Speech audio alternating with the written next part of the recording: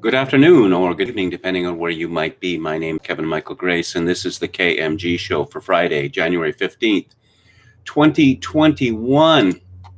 So I want to start today by talking about the insurrection, the coup attempt on January the 6th.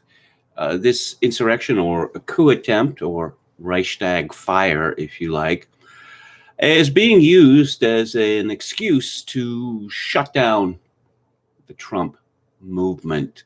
What really happened on that day? How much do we know about it? There was talk right from the very beginning that the Trump supporters in Washington, D.C. had been infiltrated by Black Lives Matters activists or Antifa members, or both. Now we have evidence of that. This is from the Gateway Pundit.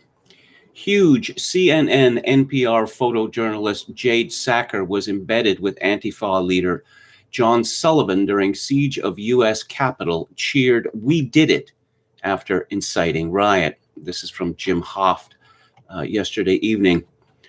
From our earlier report, footage obtained by the Gateway Pundit from militant Black Lives Matter and Antifa activist John Sullivan's Discord server shows the so-called civil rights activist reveling inside the U.S. Capitol on January 6th as he damaged federal property. Sullivan has maintained in multiple interviews that he regularly attends protests only to record what's going on, but did not actively partake in the insurgents in Washington. It's just recording solely and not being active in it, he told Fox News last week.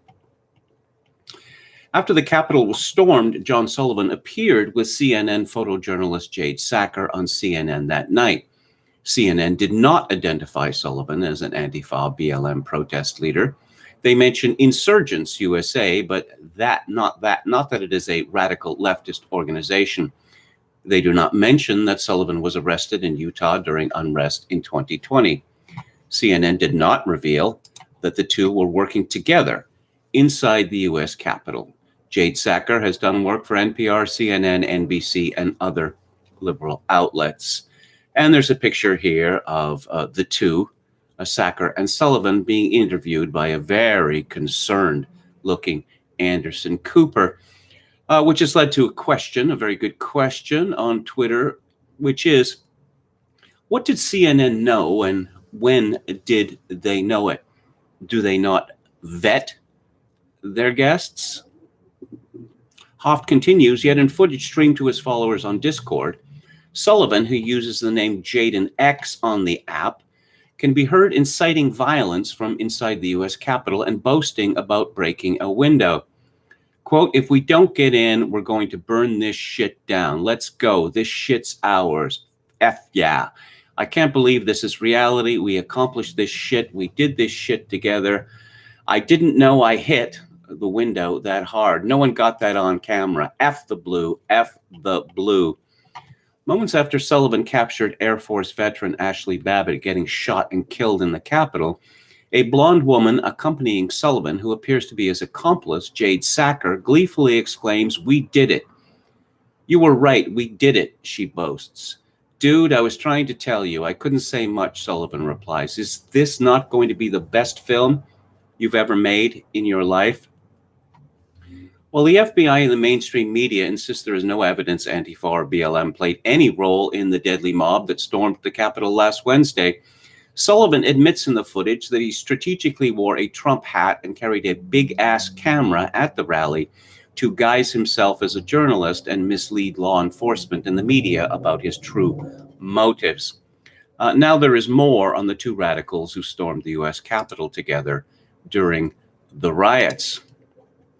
And there is a tweet here from @Amuse, breaking CNN's Jade Sacker penetrating the Capitol with a member of BLM Antifa cheering, "We did it." And then asking her conspirator if he was filming, he said he'd delete it. He lied. CNN was in on it. Amuse continues to make this clear. CNN was embedded with BLM Antifa, pretending to be Trump supporters, videoing them to incite a riot. This is freaking huge. If CNN is allowed to maintain its press access anywhere in DC, there needs to be a serious overhaul of our entire system. According to sources, she was working on a CNN project, but she's done a lot of work for NBC and NPR. Sullivan was arrested on Thursday in Utah for inciting the riots. More from Amuse. Sadly, as a reporter, she is exempt from every regulation and lockdown in the nation. She's allowed to keep working while you and your children are stuck at home. Oh, and here's a tweet from Castle Rush. The part that was edited out, they kissed. Ah, isn't that sweet? Isn't that sweet? So yes, now we have, and I'm looking at, was it John? Didn't they call him Jake Sullivan on CNN that night? I'm looking at a picture of his mugshot from the Tooele County Sheriff's Department. A lot of these people look out of it, or they try to appear nonchalant or even pleased. This fellow looks terrified. From Alana Mastrangelo, a Utah-based left-wing activist, is facing criminal charges for allegedly participating in the Capitol Hill riot last week.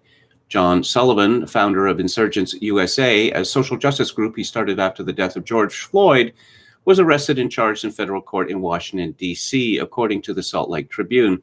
An affidavit in support of a criminal complaint and arrest warrant alleges Sullivan knowingly and willfully joined a crowd of individuals who forcibly entered the U.S. Capitol and impeded, disrupted, and disturbed the orderly conduct of business, unquote, by the U.S. House and Senate.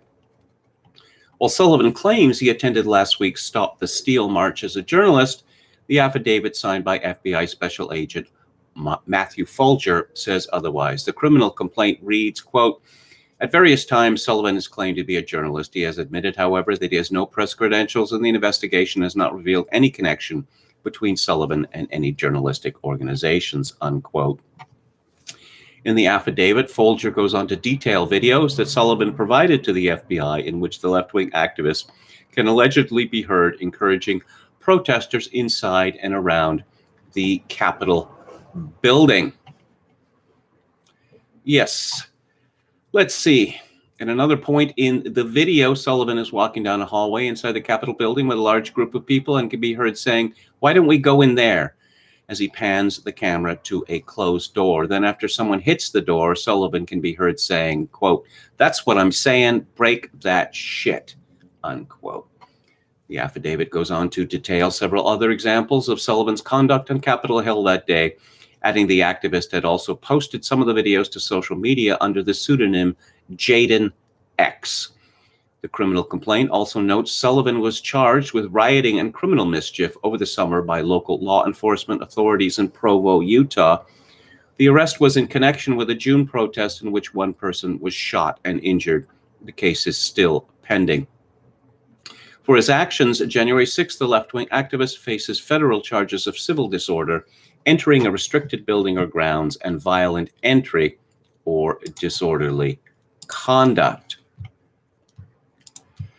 And we have more on that.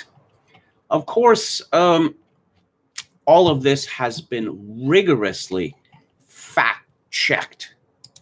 And of course, you shouldn't believe your ears or your eyes here.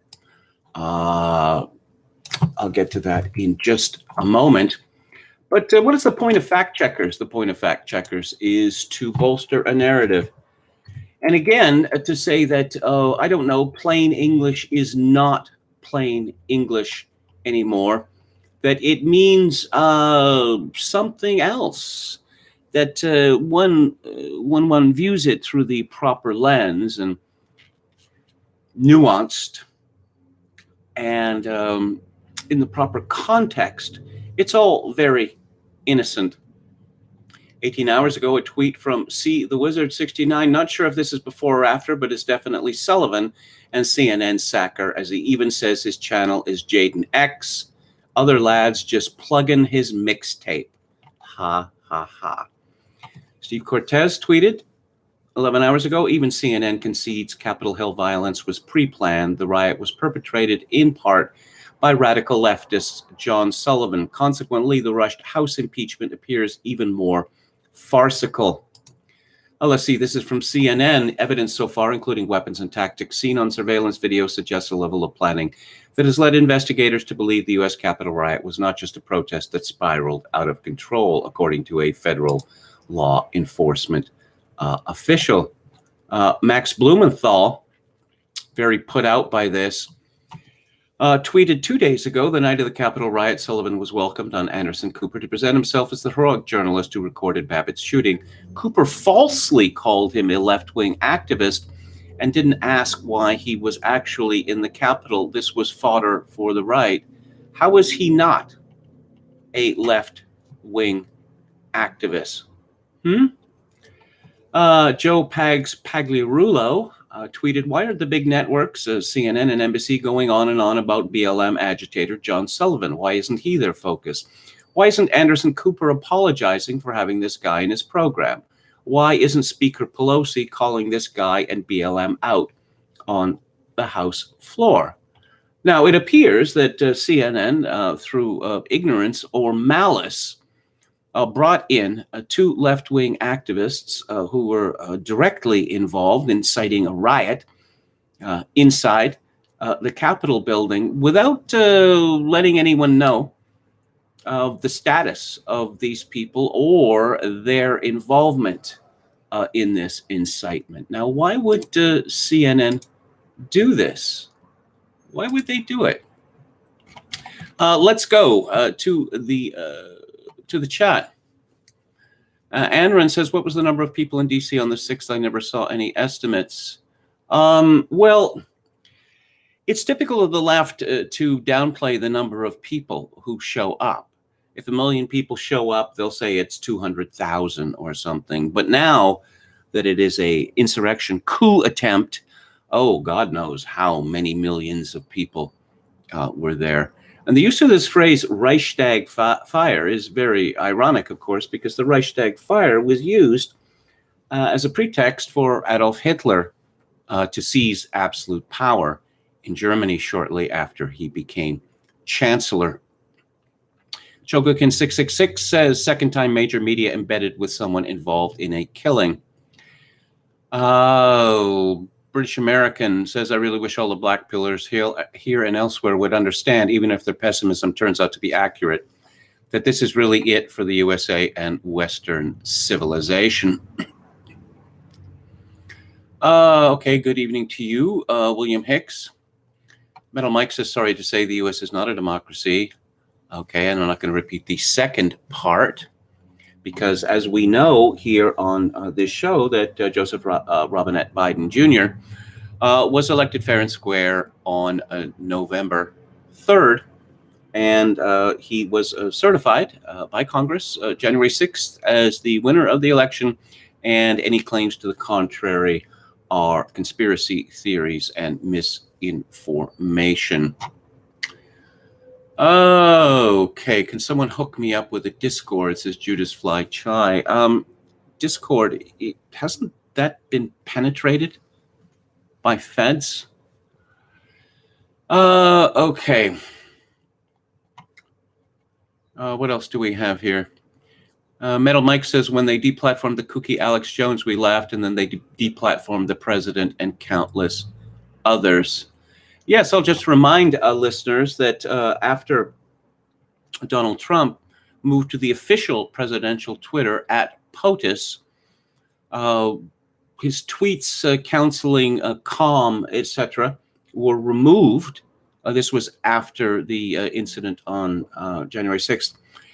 One reason Twitter actually said this was that Trump had used the phrase American patriots, which Twitter believed to be an incitement to violence. Palcaso 88 says, I'm wearing a pearl necklace on January 21st in honor of Kamala Harris.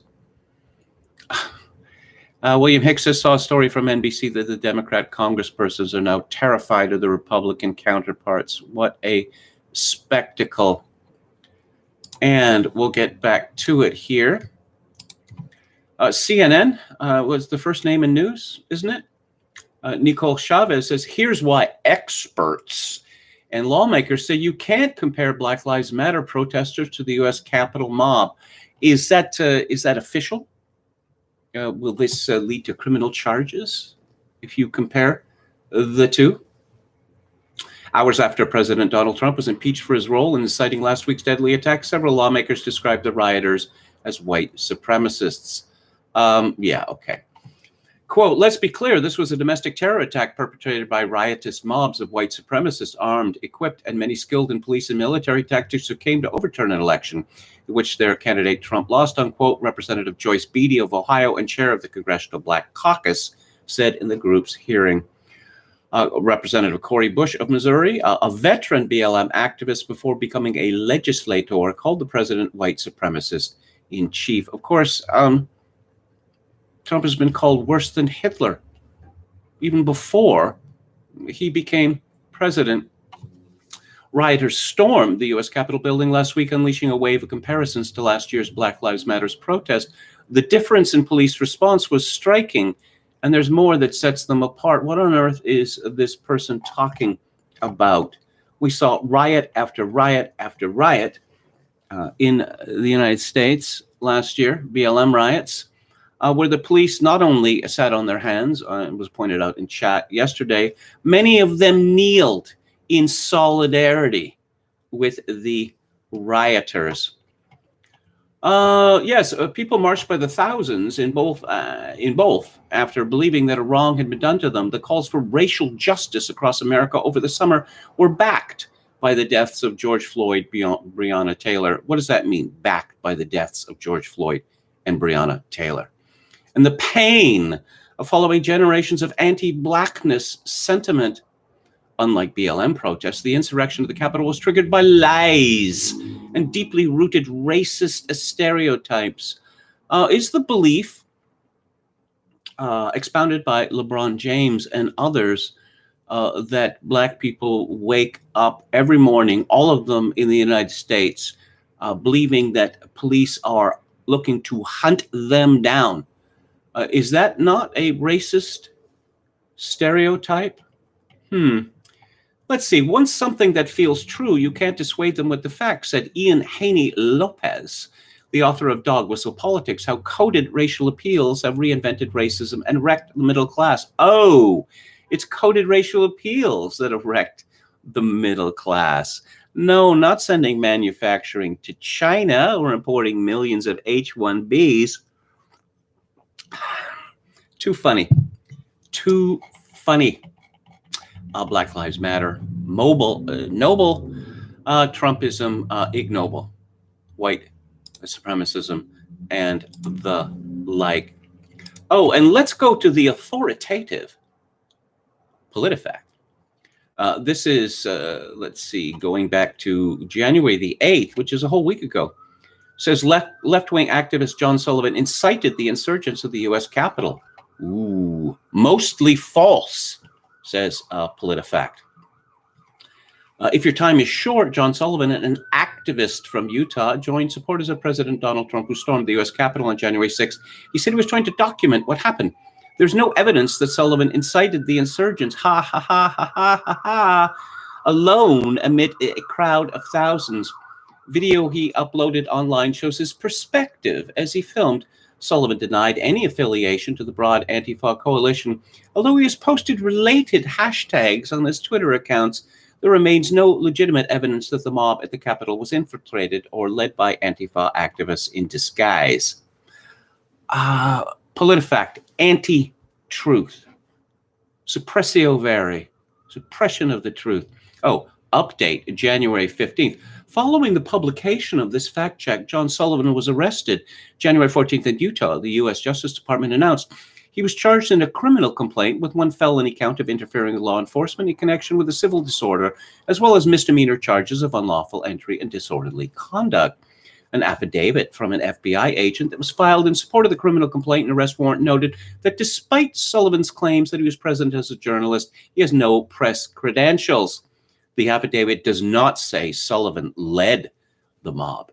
Social media users and allies of President Donald Trump have continued to push the baseless claim that it was Antifa activists, not Trump supporters, who mobbed the U.S. Capitol. There's no evidence that the crowd was infiltrated or led by Antifa activists in disguise. No, just two of them, including inciting Ashley Babbitt to break a window and enter, after which shortly afterwards she was shot to death by a man who remains unknown, strangely enough.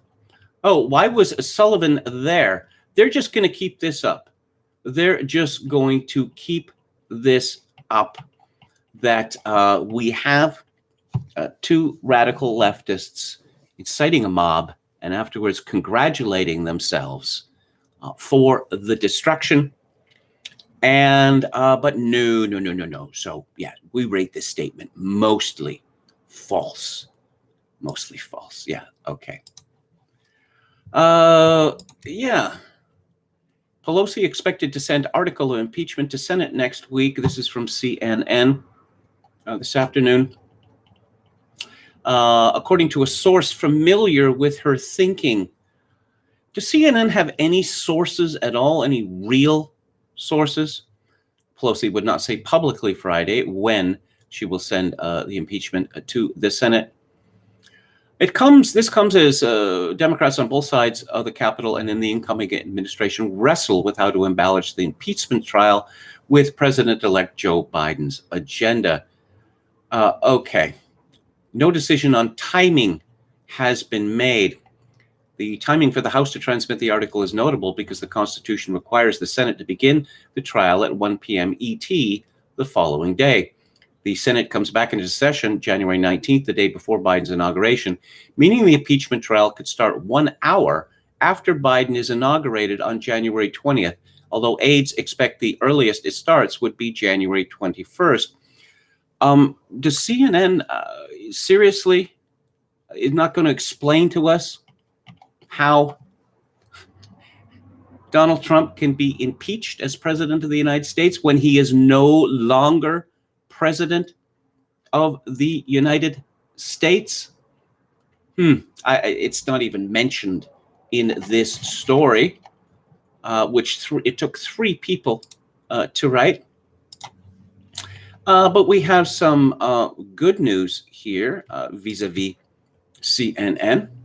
This is from Tyler Durden at Zero Hedge. In a letter to staff members, CNN President Jeff Zucker said the CNN airport network will stop operations as of March 31. The steep decline in airport traffic because of COVID-19, coupled with all the new ways that people are consuming content on their personal devices, has lessened the need for the CNN airport network, Jeff Zucker wrote.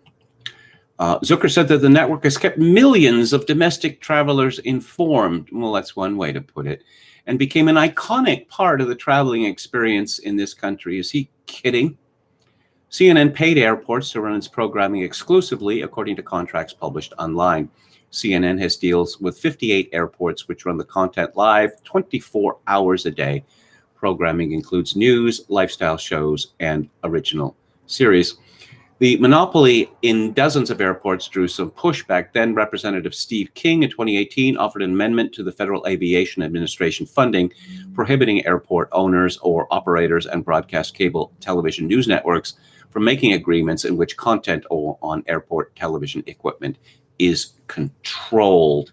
It's time that air travelers in airports were allowed to turn the channel on CNN, King said. So there's some good news for you. Let's look at Nancy Pelosi here.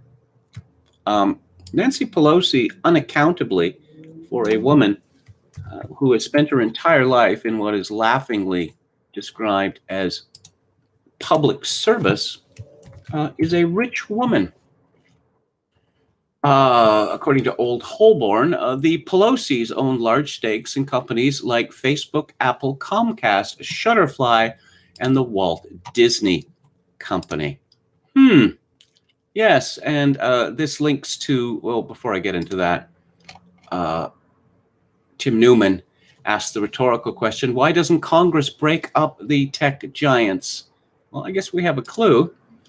This is from Celebrity Net Worth, and it is a year old. And given the Pelosi's investments in tech giants, this is obviously an understatement.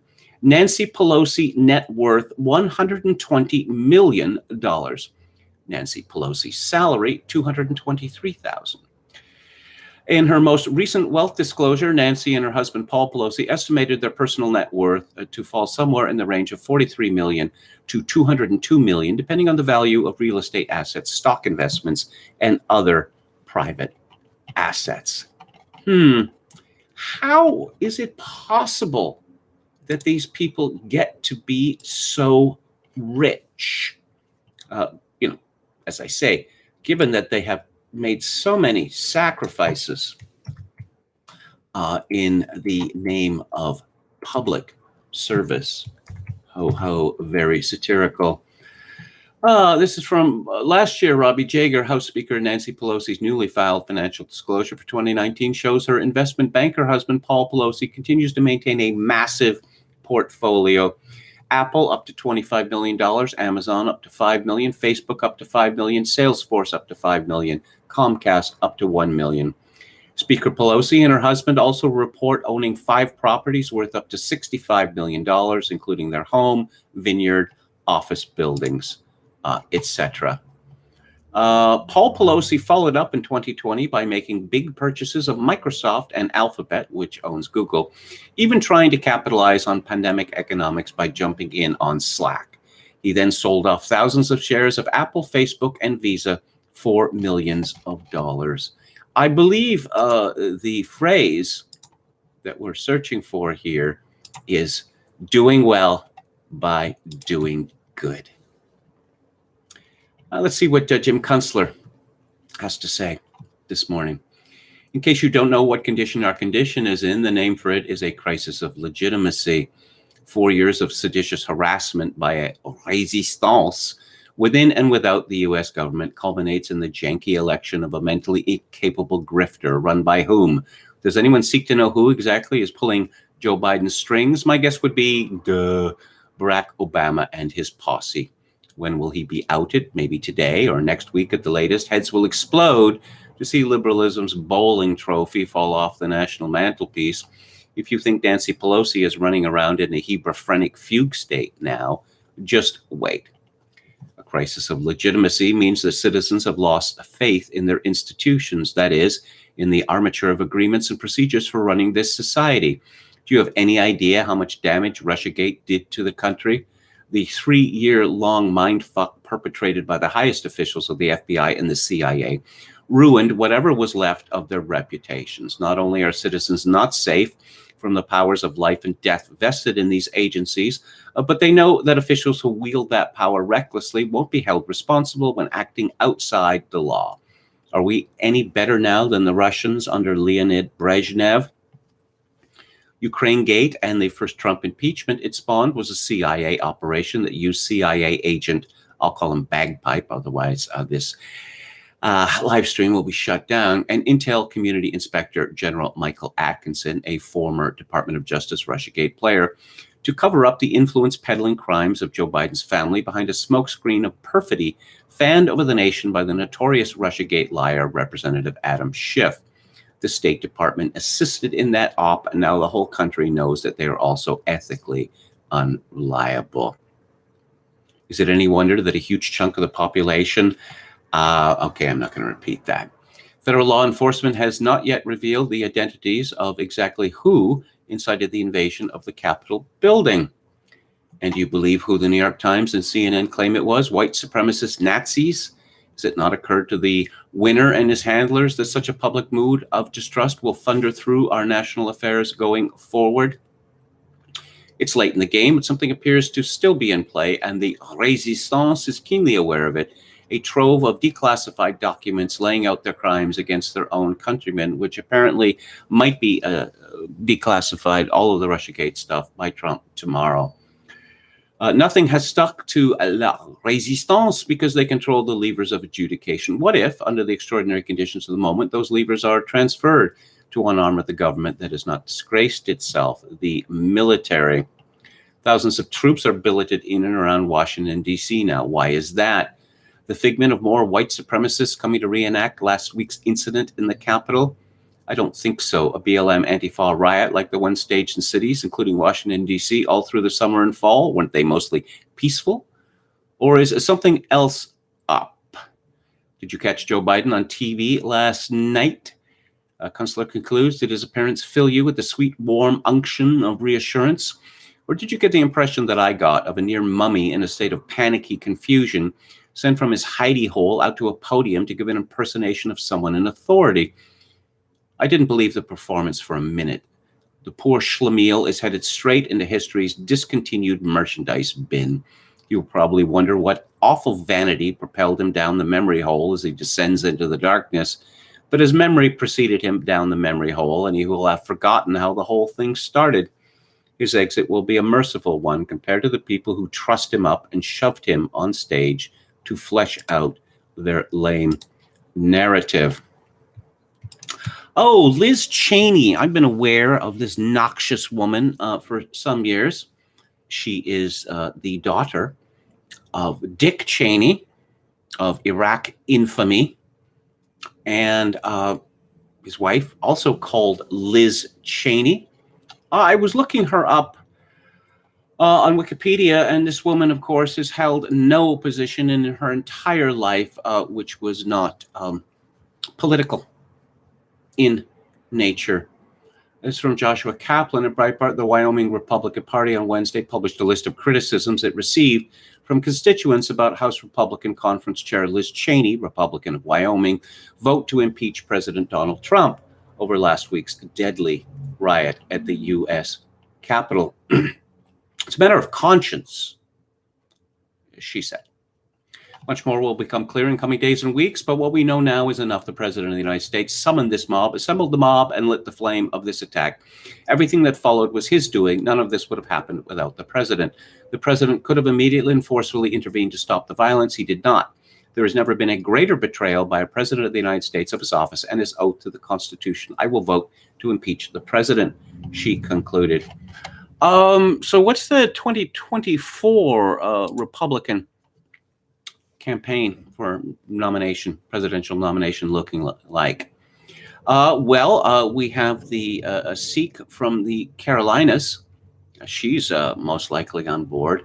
And Liz Cheney it's going to be a battle over who is more neocon. And I can imagine Liz Cheney's message to Republican voters in 2024 that, America's had a problem in recent years, that it's simply not killing enough hapless foreigners.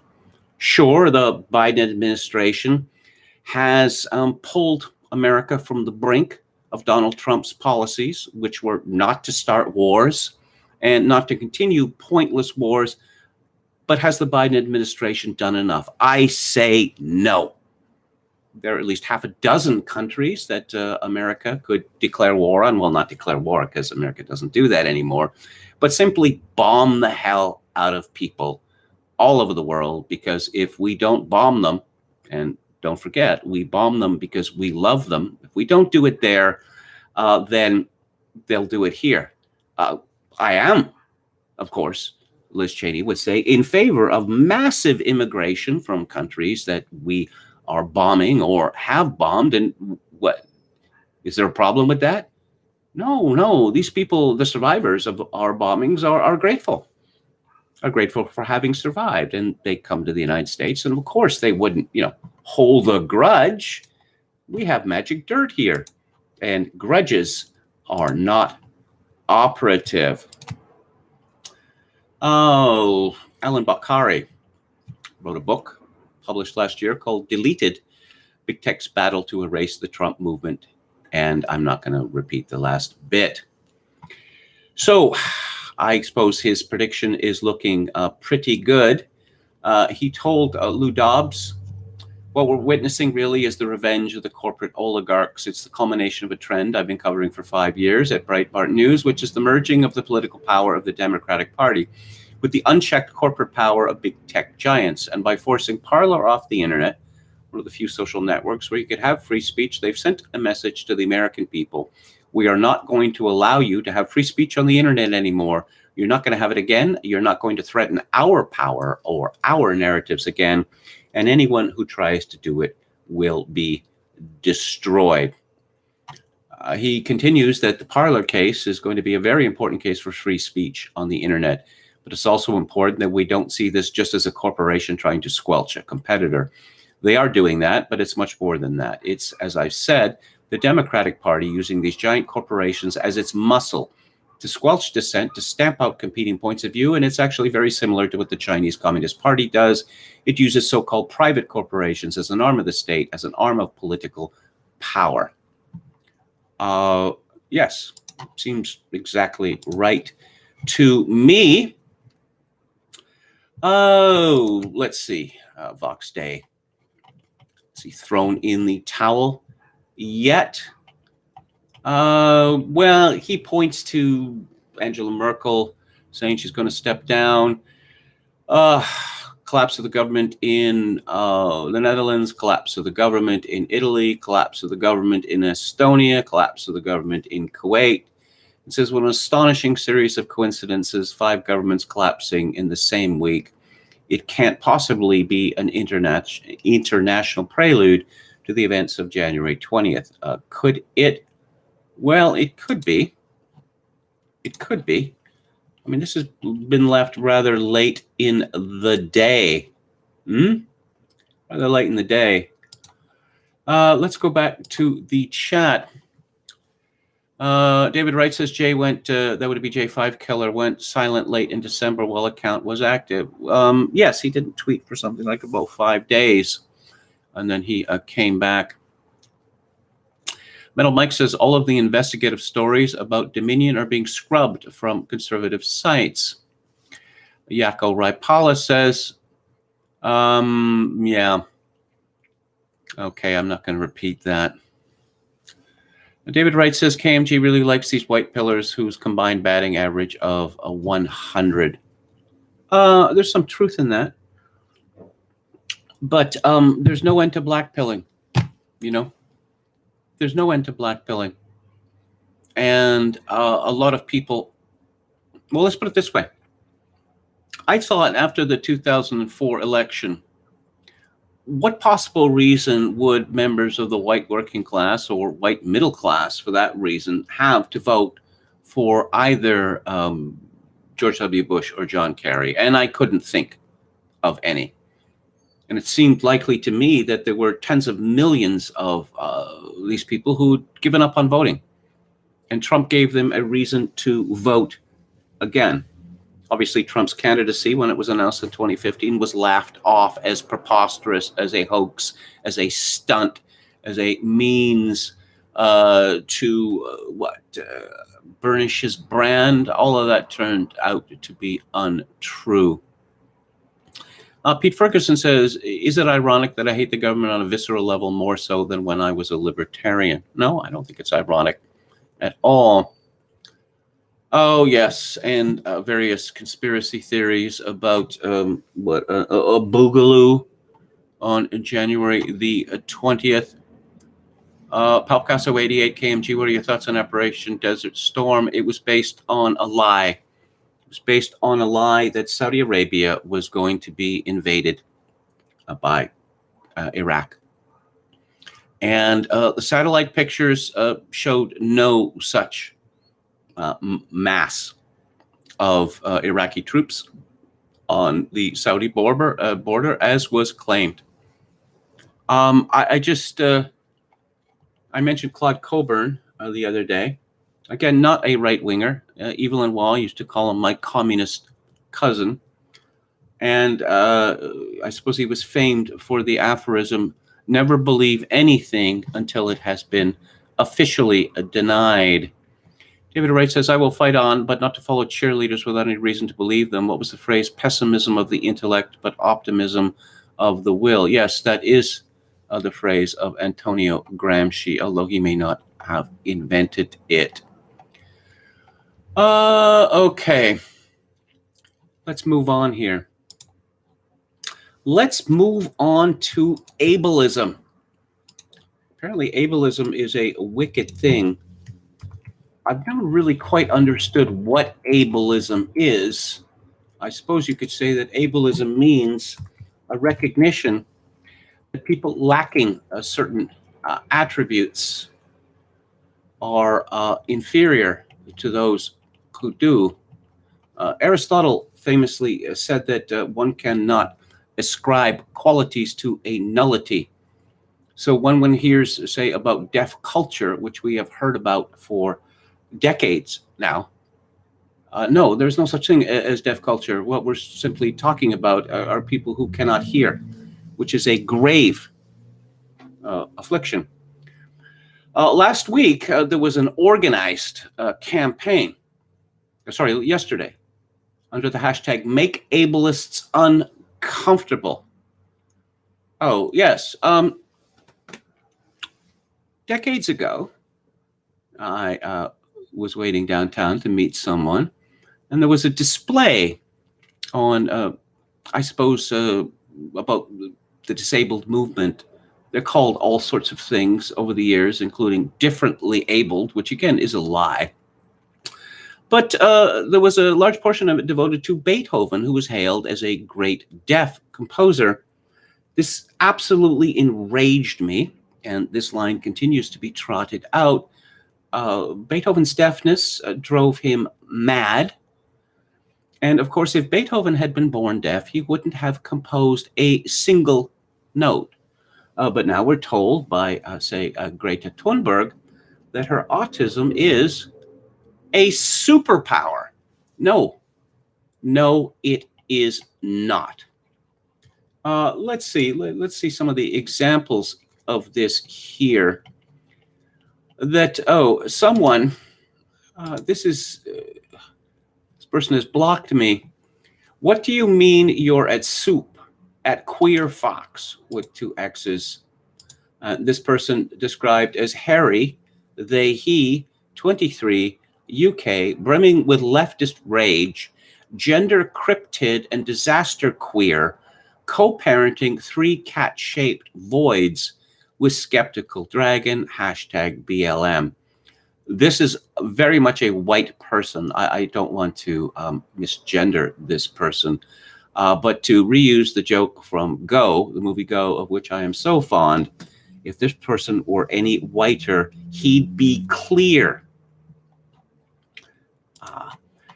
Making ableists uncomfortable. You're not an ally to people with mental illnesses if you're only an ally to people with more palatable mental illnesses like depression, anxiety, while continuing to stigmatize people with personality disorders, psychosis, etc.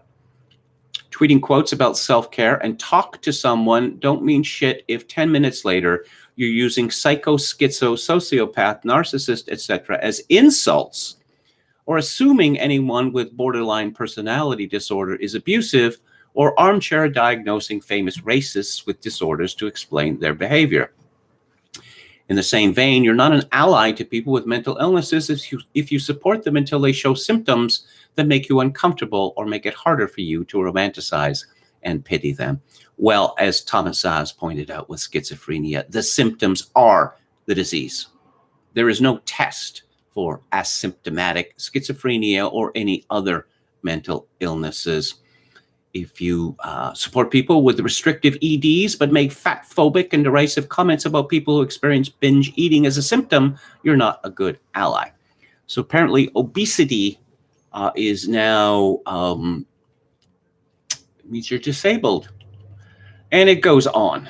It goes on and on. Oh, if you support people with OCD, if they have stereotypical symptoms like order hygiene, etc., but then ostracize them for having intrusive thoughts that are disturbing or uncomfortable, to think about compulsions that are more stigmatized like hoarding, you're not a good ally. I'm surprised that this word neurodivergent has not been used here. Neurodivergent is a euphemism for lunacy. And we're hearing a lot about this now. I responded to Queer Fox, psychosis is not a positive attribute, and you can't bully us into thinking otherwise. Someone called Sophie Matholi tweeted after the hashtag make ableists uncomfortable, "My girlfriend is not a hero or saint for dating me. She hasn't settled for me, and she isn't my carer either. I take care of her and she takes care of me. That's just how relationships work. Disabled people are worthy of love." To which I responded, "Nobody claims that disabled people are not worthy of love. Stop knocking down straw men." What do we know about schizophrenics? Well, here is some data you might find interesting. It appears in Alex Berenson's book about marijuana, Tell Your Children, which I highly recommend. And I devoted an episode of the book club to it a few months ago. Quote, "The definitive analysis was published in PLOS Medicine in 2009. People with psychosis were 5 times as likely to commit violent crimes as those without it. They were 19.5 times as likely to commit murder. 19.5 times. How about that, huh? I mean, stigma, eh? Well, we have stigma for a reason. Now, when the disabled rights movement started, in the 1970s, people had a different idea of what disabled meant than they do today. Typically, disabled meant severe physical infirmities or mental infirmities due to brain damage. Brain damage during birth or from accidents or whatever. Now, apparently, it means people who are, how would I put it? It includes people who are a danger to society or merely boring because they never cease self-diagnosing themselves as suffering from depression, autism, OCD, etc., etc., etc. Because apparently now this is a good thing.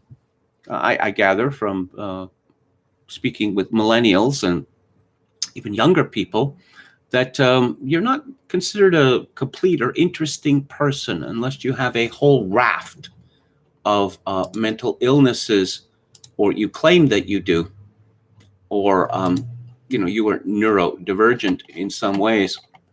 I'm reminded of a controversial column.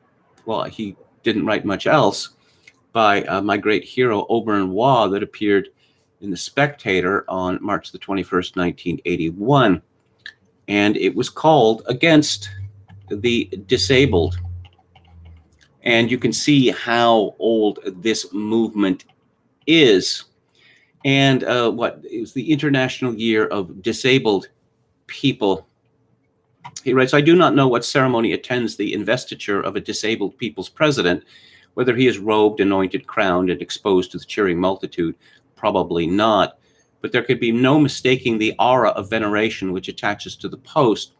In a country which is torn by conflicting interests and class antagonisms, tender sentiments towards the disabled are just about the only thing we can all agree on.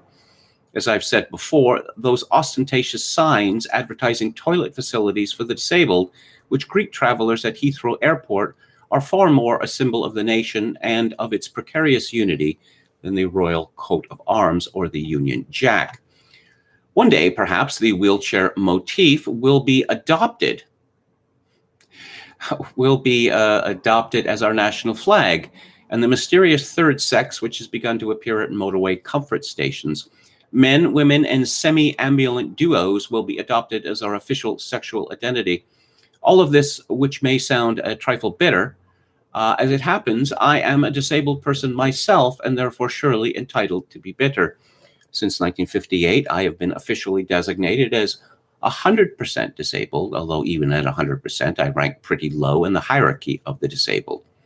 I am not nearly so unfortunate or so much to be pitied as those who can claim mobility allowance, constant attendance allowance, invalidity pension, or unemployability supplement. And yes, Waugh had spoken often of what he called the snarl of the mendicant. He said, let's now say that I regard the whole year of the disabled with a jaundiced eye.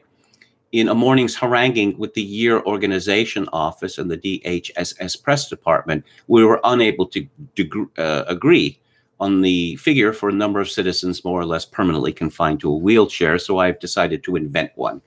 180,000, or 1 in every 289 of the population. These people are certainly unfortunate and a proper charge on the charity of the rest of us.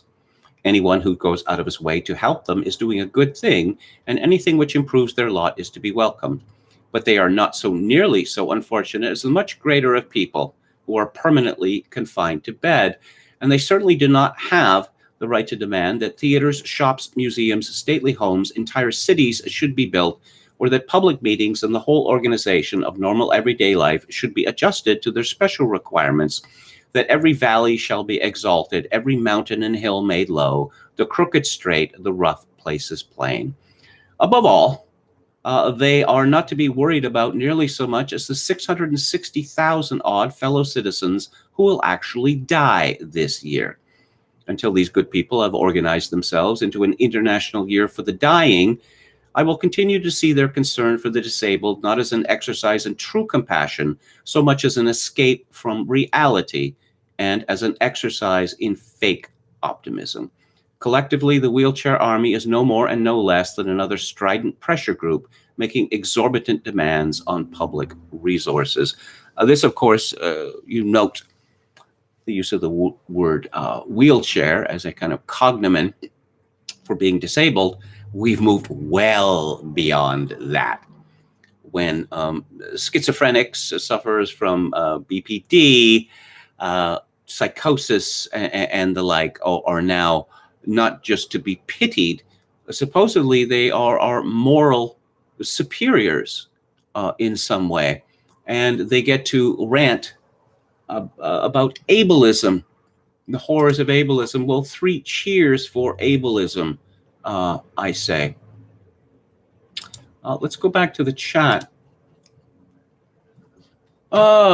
Remember when Dick Cheney shot someone in the face and got him to apologize, says Walrus Lawbertarian. One thing I remember about Dick Cheney, well, I suppose the same thing was true of Donald Rumsfeld, that when they were in the Nixon and Ford cabinets, they seemed to be quite clever people. And then by the time they entered the cabinets of Vice President and cabinet of George W. Bush, they seem to have lost all their intelligence. They seem to be deeply stupid people. Much was made of Donald Trump not serving in the military during the Vietnam War. Of course, Joseph Robinette Biden Jr. didn't either. Neither did Dick Cheney. He received a whole host of deferments, and when asked about this, considering his warmongering ways, he said that serving in the military during Vietnam was not high on his list of priorities. That's the word that he actually used, priorities. Okay, let's scroll down, see what we got. Is misanthropy a mental condition? Feeling some symptoms coming on.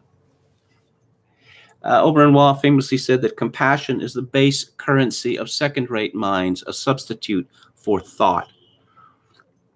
We're also very compassionate. We're all compassionate about everything. It's gone even further. Apparently, we're all empathetic about everything. Empathy is a exceedingly rare quality as opposed to sympathy, but most people now confuse those two terms. Compassion has indeed become a substitute for thought, so we can have ugly pressure groups, such as the anti-ableism people, berating us. Oh, and we're not supposed to answer back. And every year we are told in a campaign funded by, wait for it, Big Pharma, that we have to end the stigma surrounding mental illness. No, we need to buttress the stigma surrounding mental illness. One of Bush 1's great follies was the Americans with Disability Act. Yes, and it was Bob Dole who pushed that through. Bob Dole was famously partially crippled during World War II, And again, what we saw with Bob Dole is what Waugh called the snarl of the mendicant. Yes, drug addiction is considered a disability under the ADA. And the ADA is one of those laws in the United States, which means that you do not want your company to have more than 14 employees, because if you do, it is no longer your company. It is the property of the federal government.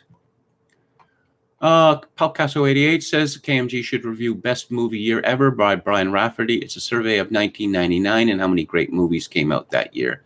I thought 1939 was considered to be the best movie year ever, but I will look into it. Okay. John Sullivan was an actor in an Uber ad, says Hauper, a regular Renaissance man. How about that? Walrus Lawbritarian again. Let's just pretend all the negative effects of being crazy don't exist. Enron says William Fichtner was great in Go, absolutely hysterical. Yes, he was, because he played it so straight that he's this, he's a big guy. And he was quite menacing as a narcotics cop.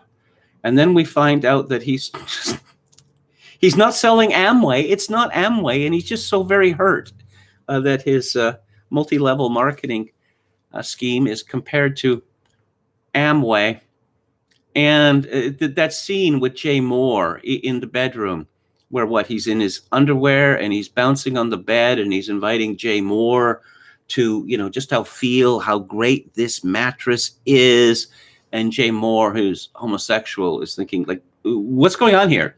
Is this a come on? Does he want to do something right now on this bed? But Fichtner is just so obtuse that he doesn't understand how his little demonstration might be misconstrued. Head McNeck says whistling past the graveyard is ableist because the dead can't whistle. Yeah, deaf culture. I read about this in the Washington Post style section going back to the 1990s, that there is a subset of deaf people who seek out, large number of them seem to be lesbian, who seek out sperm donors who are deaf so that they can deliberately create deaf children. Can you imagine anything so wicked? And cochlear transplants. Wicked, wicked, wicked. Deaf people doing an operation so they can hear? Oh, no, we can't have that. We can't have that. As far as whistling past the graveyard goes, I'll tell you a story. This foster home I lived in, that the children there, the husband of my foster mother, he was the second husband. The first one, the father of the children, had died, and he was a very strange person. He used to drive around at night with his daughters, and more than once he would go to the Fraser View Cemetery, like Fraser and 41st in Vancouver, and drive up to the cemetery. He'd drive in and he'd get out of his car, and his daughters would say, "Dad, we don't want to walk in the graveyard," at night. And he'd say, "All right, then, you can stay in the car." They go, no, we don't want to stay in the car. So he'd be walking and they would be on the other side of him, holding on grimly to his hands in the dark as he walked through the graveyard.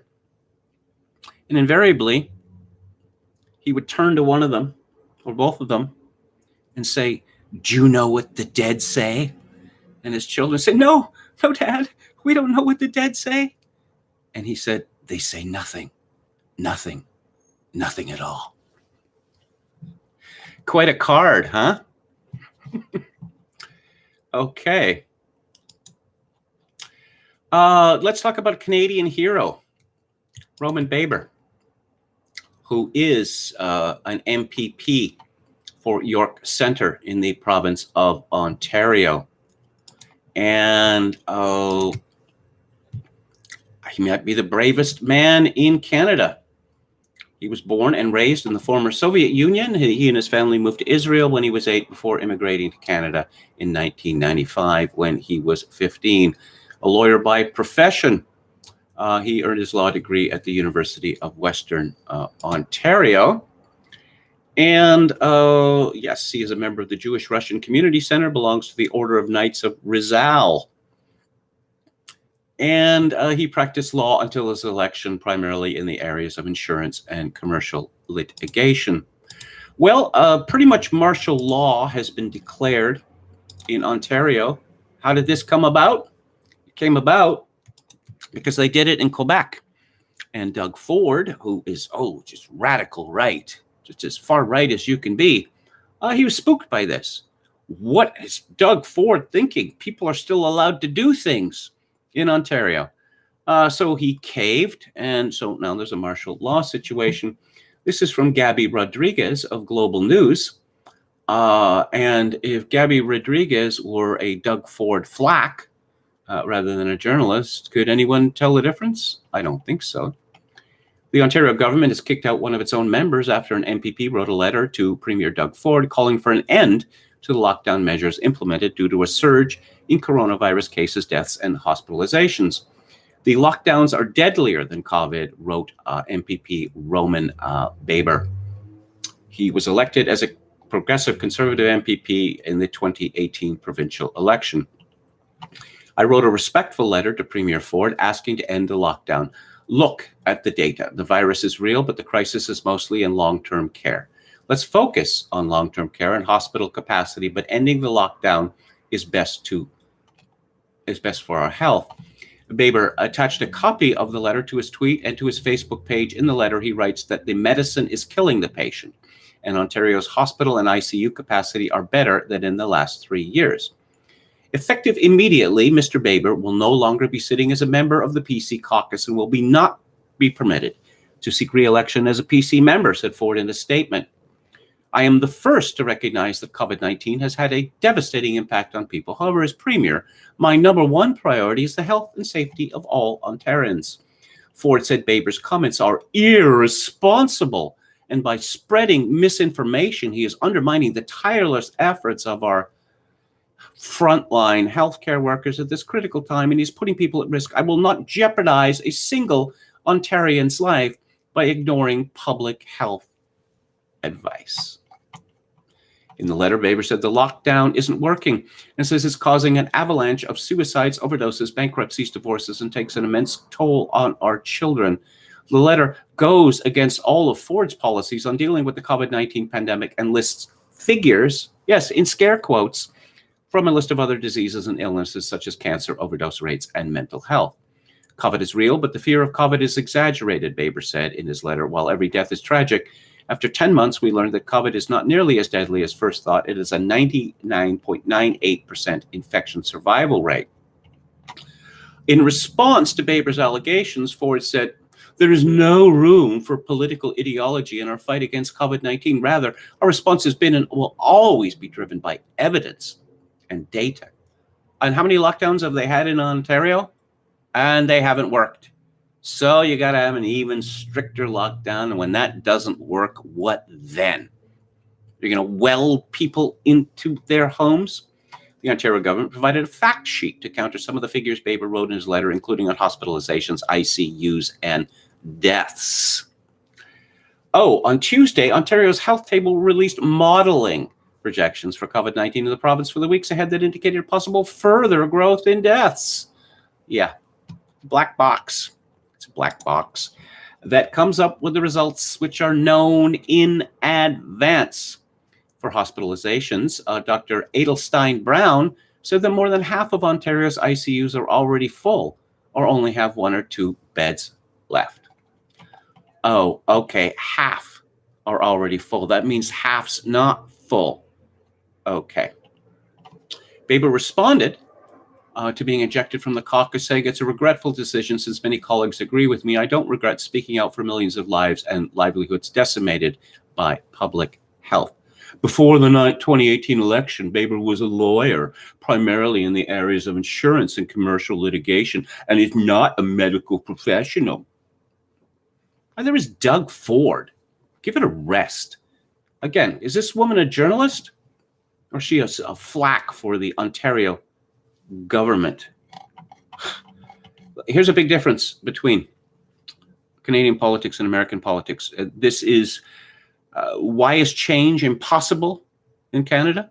This is a big reason.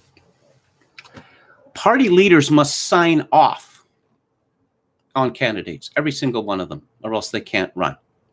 That means that the party leaders have control over every single person running for every single party in Canada. Of course, in the United States, they have a primary system. Anyone can run for a Republican nomination or Democratic nomination, and if they win the election, that's it. They are the candidate, regardless of what the party establishment thinks of them. Parties can disqualify candidates even before they've started their campaign. So what do you get? You get lobby fodder. You get robots. You get trained sheep. You get worthless seat fillers. Despicable people. And that's the situation in Canada, but we do have a hero, Roman Baber. And what's the latest madness in Britain? This is from Jack Montgomery in Breitbart. The chief constable of Dorset Police has urged lockdown protesters to accept that now is really not the time for freedom of speech and the right to assemble. Oh, there's good times and bad times for this. One would think that this was exactly the best time for freedom of speech and the right to assembly, but no, there's an emergency going on. An emergency which is what, 10 months old now, 11 months old now? How long will this emergency last?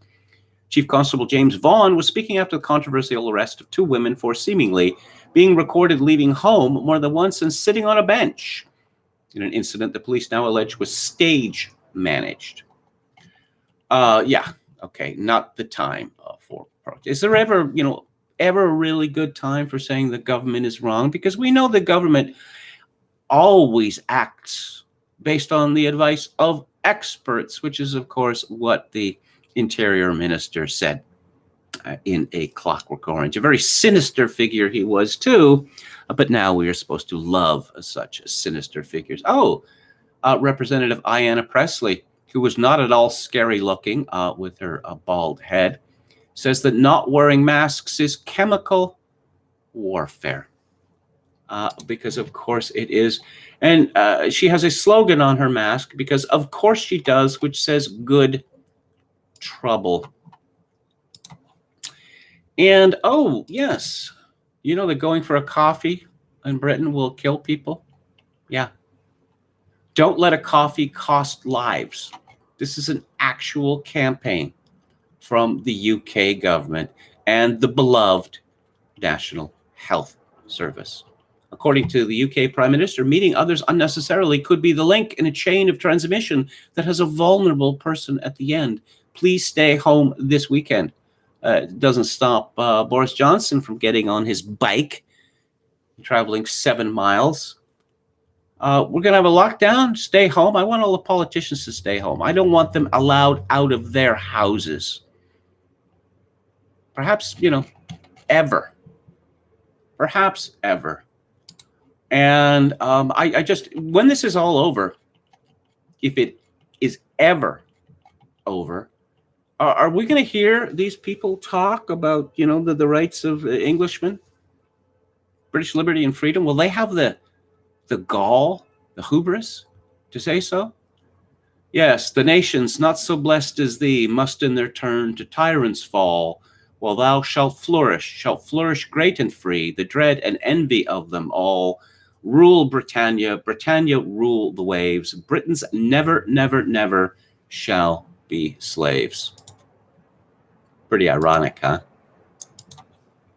Let's go down to lockdown skeptics. I'm going to be talking about James Burnham and the Machiavellians shortly. And then roughly around 5:30, I'm going to be talking about Hermione Lee's biography of Tom Stoppard. This is from Will Jones. Steve Baker demands Boris Johnson publish a freedom plan. He is the deputy chair of the anti-lockdown COVID recovery group of conservative MPs.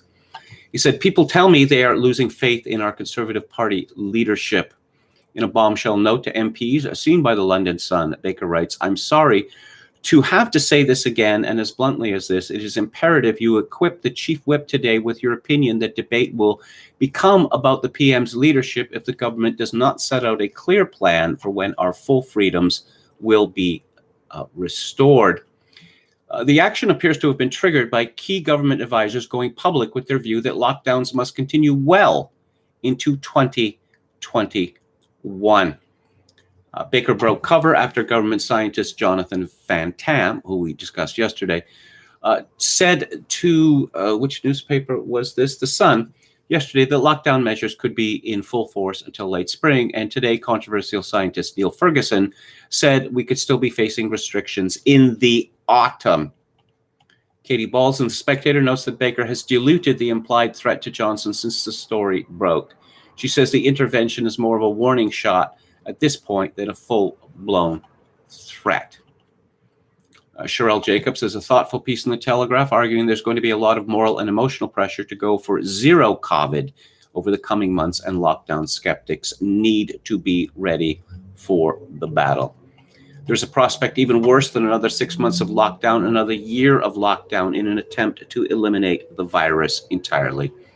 It's not difficult to see how a terrified population that has been fed guff about defeating the virus might be swayed by the zero COVID argument. So, problems in hospitals. Let's talk about hospital pressure. Again, this is from Lockdown Skeptics. Many, not all, England hospitals are intensely busy this winter. Here's why. Abnormally high staff absence. 30,000 out of 90,000 due to PCR positive isolation. Socially distanced and isolated wards with less beds.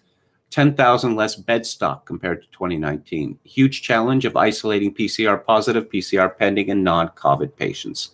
Significant PPE testing and extra process. Staffing makeshift wards to increase bed capacity to make up for above. Increase in seriously unwell patients due to halting and restricting healthcare since March the 20th. Increased injury and accidents compared to March total shutdown. Flu patient protocol replaced with more demanding COVID patient protocol. Increasing numbers of long-stay patients due to reluctance to return to community care homes, community hospitals, hospices, and mental health homes unwilling to take COVID-recovered patients back. Community beds reluctant to take any patients that need medical recovery support. Bed blocking by those who refuse to leave due to a vulnerable partner at home. And this happens every winter, as Lockdown Skeptic explains, that you have elderly people suffering from influenza or other conditions who become bed blockers because there is no one to look after them at home. According to the Telegraph, coronavirus hospital patients can be discharged into care homes without being tested under draft government guidelines leaked to the Telegraph. They're gonna do this again. They're gonna do it again. PHE study confirms infection gives immunity. And yes, there is a move on. Julia Hartley Brewer has been one of the victims so far. Toby Young, another, is that expressing skepticism about COVID-19, which is a disease. The average age of the dead is 82. Expressing skepticism about lockdowns or masks or any of the rest of it is akin to Holocaust denial, and these people should be silenced or must be silenced. I don't know, perhaps even imprisoned. I talked about this yesterday, but here it is again. Norway says very frail people should not receive COVID vaccine because side effects may have led to deaths. And before we move on to Burnham, let's check in with Alex Berenson, and who broke the news in the English-speaking world about the troubling results from the mRNA vaccines. Okay, let's see. CDC says the U.S. could get coronavirus under control in 1 to 2 months if everyone wears a mask. Berenson comments, this was from July the 14th, 2020. Obviously, they meant if everyone wears 2 masks. Attention citizens, your Department of Pandemia offers this updated Q&A and vaccinations. Who should be vaccinated? Everyone, except old sick people who might die from it. So not everyone? No, everyone, except middle-aged people who have bad reactions to the first dose. So not everyone, everyone, except kids, because we have no data on them, and the thing almost never hurts them anyway. So everyone, now you get it. Speaking of, what if I got the thing already? Look, over here, a shiny raffle for NFL tickets. Attention, citizens. Ellen J. Foray had tweeted, I'll say again, if the virus was actually turning the world into a dead zone of the zombie apocalypse, the people who saw it up close and personal every day would inject themselves with broken glass to avoid catching it. Big question is, why are healthcare providers declining it? Berenson responds, because they're stupid, anti-science, anti-vaxxers. I mean, frontline heroes. I mean, frontline, heroic, stupid, anti-science, anti-vaxxers. This is just so confusing. Shut up and join the Super Bowl raffle. Decent Radical had tweeted, this is also why media is pushing the who should be vaccinated first discussion so heavily. It's not an ethical question, it's barely a controversy. It's a marketing ploy to get the public involved and anxious to be the ones who get to have the vaccine. Berenson comments, fact check, aside from spot and temporary shortages in areas with lots of seniors, this appears to be correct. Buy stock in cold freezer companies. Why all this talk about the Super Bowl? Hospitals all over the country are offering staff chances at NFL playoff or Super Bowl tickets if they get vaccinated. What genius consultant thought of this? Guess it beats $5 Waffle House coupons. One would have thought that these are frontline heroes would want the vaccine more than anyone else if they have to be bribed to do so. Troubling. Troubling, don't you think? Very troubling indeed. Why don't they want to get vaccinated? Don't they know that the vaccine is perfectly safe and it is perfectly efficacious? I mean, we all know this, right? Before I move on to James Burnham, let's take a look at the chat. I don't want to say I told you so, but Donald Trump's warp speed initiative struck me right from the very beginning as foolish at best, because one does not want to vaccinate hundreds of millions of people with drugs. Well, the mRNA drugs are completely new. They're not vaccines anyway. But what information do we have that these vaccines are indeed safe and efficacious, or just got the warp speed thing moving there? What could possibly go wrong? Ashley Bravo says, if Trump is truly pro-law and order and pro-law enforcement, then he should pardon Baked Alaska. Professor Jonathan Pohl says, Biden should hire me to run the gulag. I have specialized knowledge. David Wright says, Dave Cullen does a good video on the 1979 German film, The Hamburg Syndrome, eerie as it seems to be a model on how the world is handling and misleading the COVID BS. There's a German film that came out in the early 1970s that Can did a song for called Gomorrah. I haven't seen it, but apparently it predicts the surveillance society that we live under almost precisely. Will Trump even pardon Kyle Rittenhouse, let alone Assange? Well, we shall see. We shall see. Okay. Parler CEO John Matz has fled his home with his family, and they all have gone into hiding after receiving death threats, says David Wright. Well, I wouldn't be surprised.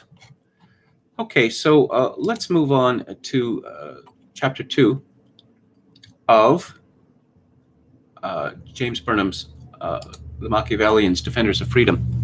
Yesterday, we discussed the basic precept of this book, which is that words, political words, have a formal meaning and a real meaning. And people do not understand politics because they confuse the formal meaning with the real meaning. And Dante Alighieri, yes, that Dante Alighieri of Divine Comedy fame, had written a book called De Monarchia, which advocated for a theocracy. James Burnham explains, from the 12th to the 14th centuries, many of the chief disputes and wars in feudal Europe focused around the prolonged struggle between Guelphs and Ghibellines. The exact origin of these two great international factions is not altogether clear. They first came into prominence in the year 1125 in a conflict over the succession to the Emperor Henry V, a member of the Hohenstaufen family. His son, Frederick, supported by the great nobles, claimed the empire, which was not, however, a hereditary office. He was opposed by the Pope and many of the lesser nobles, whose candidate was Lothar, the Duke of Saxony.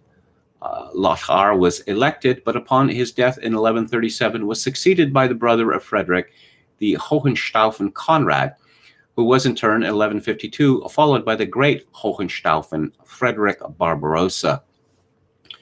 The Guelph faction took its name from the party of Lothar and the Ghibelline from the party of the Hohenstaufen. The exact significance of the division varied from period to period, but in general lineup and most of the time, the Guelphs were the party of the papacy, the Ghibellines the party of the empire.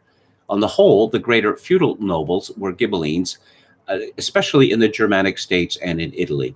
As a counterweight to them, the Pope brought many of the Italian city-states into the Guelph camp, in particular the rising burgher class of the city-states, which was already in internal conflict with the great nobles at home. This distinction, however, holds only in general. Often adherence to one or the other of the factions was a device to secure special and temporary advantages independent of the overall division.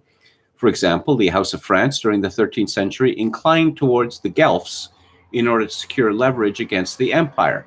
Two of the junior members of the French royal family, Charles of Anjou and Charles of Valois, were among the leading champions of the Guelphs. The Italian cities, similarly, often chose sides in such a way as to aid them most in meeting local and immediate problems. Yes, and this is how politics is done, then and now, choosing sides in such a way as to aid politicians or their factions most in meeting local and immediate problems. Burnham continues, by the latter half of the 12th century, the emperor ruled over most of the Germanic areas and the kingdom of the Two Sicilies, which included most of southern Italy. The major expansive aim of the empire was to secure control of the cities of northern Italy, the richest and most prosperous states of all Europe. The object of the papacy and of the cities themselves, or at least of the burghers of the cities, was to block the advance of the empire. The papacy set out to destroy the Hohenstaufen family, which led the empire, and which the popes rightly understood to be the core of the Ghibelline faction. After a century of struggle, this was done. The hold of the empire and the kingdom of the Sicilies was broken by the Guelph Charles of Anjou, and the last of the Hohenstaufen family, the romantic youth Conradin, was slaughtered after his defeat by Charles in the Battle of Tagliacozzo in 1268, 3 years after the birth of Dante. The struggle, however, continued, and the empire still kept its streams fixed on the Italian cities. Now, Florence, Dante's own seething, rich, dynamic city, the leader of Tuscany, and one of the chief states of the late medieval world, became a great and uncompromising bulwark of the Guelph faction. Machiavelli, in his History of Florence, describes how internal conflicts within Florence broadened to join the international Guelph-Ghibelline division. In the course of a private quarrel, a group headed by the Uberti family assassinated a member of the Buondelmonte family. Quote, this murder divided the whole city, part of it siding with the Buondelmonte and part with the Uberti, and both families being powerful in houses, castles, and men.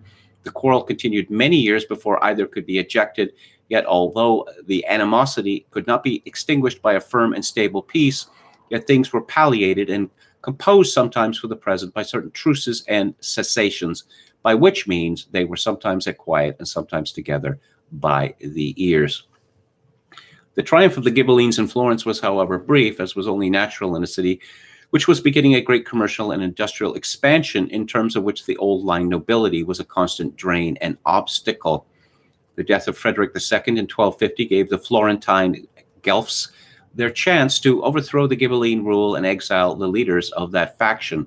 The Ghibellines returned temporarily to power after victory in 1260, but were again and definitively driven out with the help of Charles of Anjou in 1266, a result of which was a phase of the broader campaign of the Pope and Charles against the last of the Hohenstaufen. Now, Burnham argues in this chapter that Dante's allegiance in this quarrel was wholly cynical and was based on seeking advantage for himself and his own faction. He writes, Dante, as an active citizen of Florence, had been brought up as a Guelph. He had enrolled in the Guild of Druggists and Physicians in order to be eligible for political office. When the new conflict broke out, he lined up with the Bianchi faction, though at first apparently he concealed his allegiance under a cover of impartiality. In 1300, he was elected one of the 6 priors for the term June 15th to August 15th. The new conflict had by then become threatening. Dante and his fellow priors, as the chief magistrates of the city, made the mistake of trying to resolve it by banishing simultaneously several leaders of both factions. Probably this was a deceptive maneuver by the Bianchi, who thought thereby to get rid of the Neri leaders and then to readmit their own men at the first opportunity. There then occurred what had been sure from the beginning of the Neri-Bianchi division. The Bianchi, routed within Florence, were too weak to recover power unaided. Their only possible allies were the remaining Ghibellines of Tuscany, with whom the Bianchi joined. Before long, the Bianchi, toppled from their hopeless center position, were themselves full-fledged Ghibellines. But the united Bianchi-Ghibelline forces were, however, still not strong enough. Their attempts to re-enter Florence by force were repulsed. The embittered Ghibellines of Tuscany chained their hopes. In 1308, Henry of Luxembourg was elected emperor as Henry VII. Dante, in a series of bombastic public letters, called upon his Roman sword to smite the wicked of the church and the cities and restore Italy to its imperial grandeur. O Italy, henceforth rejoice, though now to be pitied by the very Saracens, yet soon to be envied throughout the world, because thy bridegroom, the solace of the world, and the glory of thy people, the most clement Henry, Divus and Augustus and Caesar, is hastening to the bridal. Dry thy tears and remove the marks of grief, O thou fairest one, for nigh at hand is he who shall release thee from the prison of the impious, and smiting the malicious, shall destroy them with the edge of the sword, and shall give out his vineyard to other husbandmen, such as shall render the fruit of justice at time of harvest. Political speeches were better in those days, weren't they? Henry did at last come down into Italy, but he could make up his mind to nothing. He dallied sluggishly with his army, undertaking and lifting half-hearted sieges of the towns. In 1313, he fell ill and died. The rhetorical balloons of the Ghibelline exiles thus ingloriously burst. Dante never re-entered Florence. The rest of his days were spent wandering among the households of the remaining Ghibelline princes in northern Italy. His revenge on his Guelph enemies had to be satisfied by thrusting them into the worst torments of his inferno. For Boniface VIII, ultimate author of his defeats, though he was not yet dead in 1300, the date which Dante assigns to his journey through hell and purgatory and heaven, a particularly hideous spot in hell, is duly reserved and waiting. We are now in a position to understand the real meaning of demonarchia. Eternal salvation, the highest development of man's potentialities, everlasting peace, unity, and harmony, the delicate balance of abstract relations between church and state, all these ghosts and myths evaporate, along with the whole elaborate structure of theology, metaphysics, allegory, miracle, and fable. The entire formal meaning, which has told us nothing and proved nothing, assumes its genuine role of merely expressing and disguising the real meaning.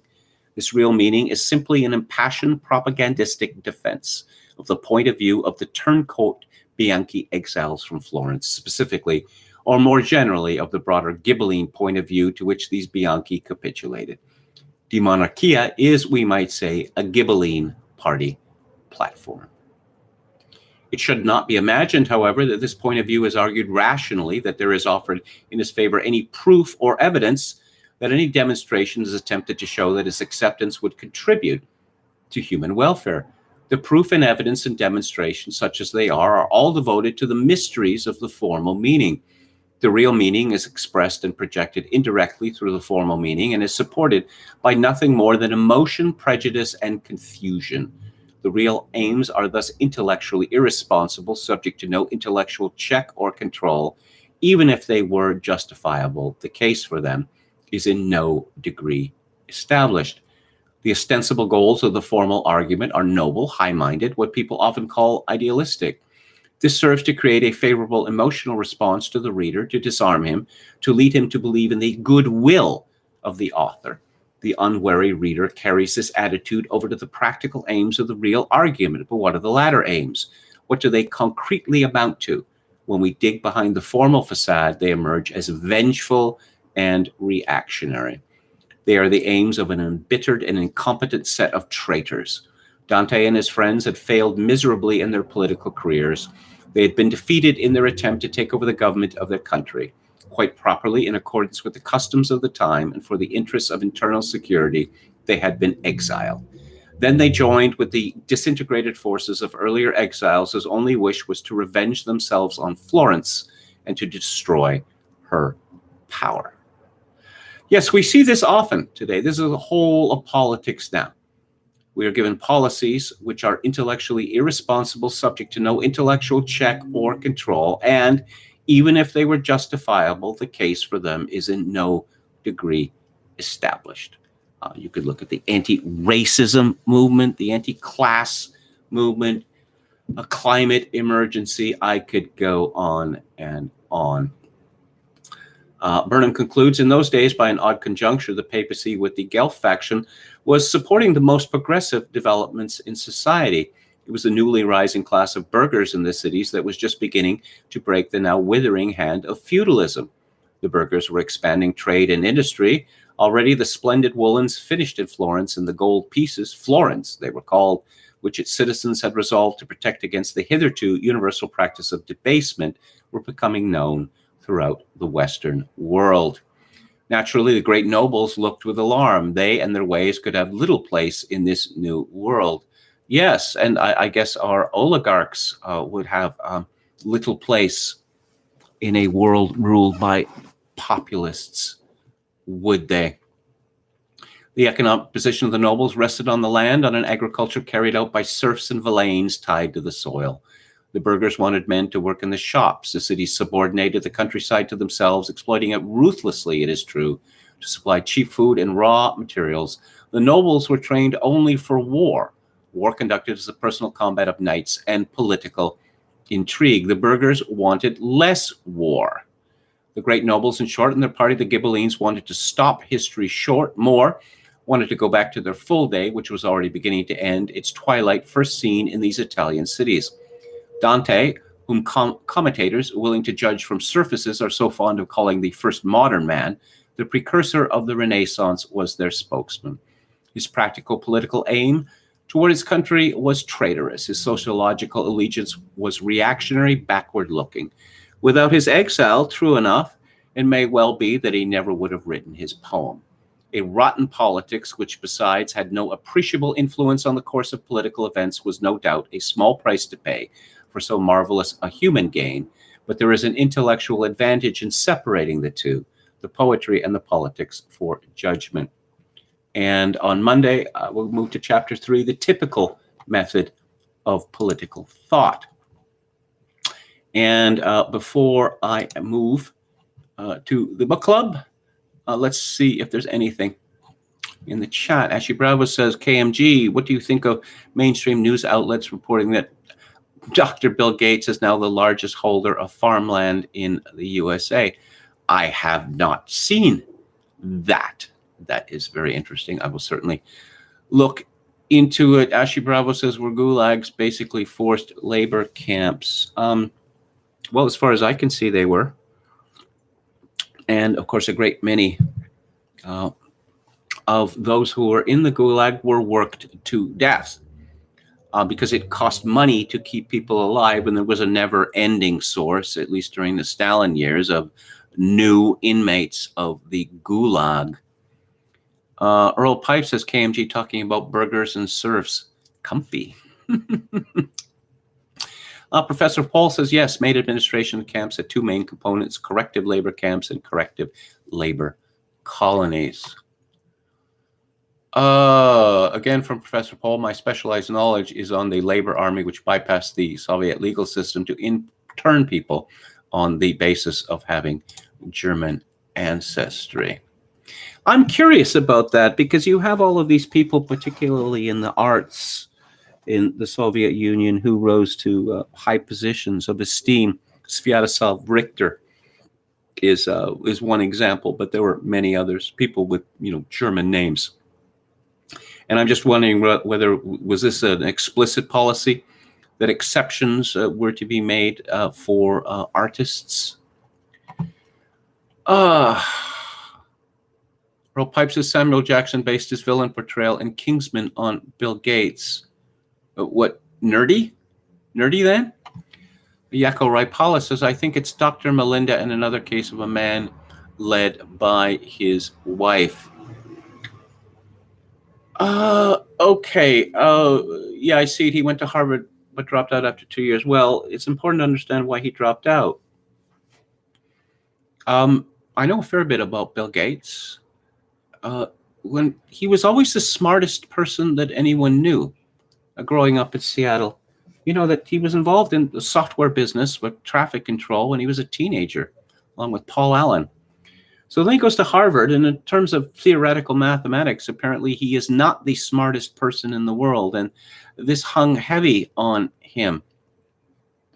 And so he, like many others, were fascinated by the development of the production of the first personal computer, what was the Altair 2600, which was run out of Albuquerque, New Mexico. And this was before, Breaking Bad and Better Call Saul. It was considered the end of the earth. And so Bill Gates, this computer, which was just a runaway success, despite the fact that it literally did nothing. So Bill Gates had the clever idea, what if it could do something? What if I wrote Paul Allen and I wrote a compiler for it?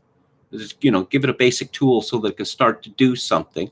So he and Paul Allen programmed this at what was amusingly called the mini computer at Harvard, and they printed it out on paper tape. And Bill Gates flew out to Albuquerque and asked the inventor, would you be interested in this? And yes, he very much was interested. And Bill Gates started a company called Microsoft with a dash and decided to drop out of Harvard and move to Albuquerque, New Mexico, and effectively invented the personal software business.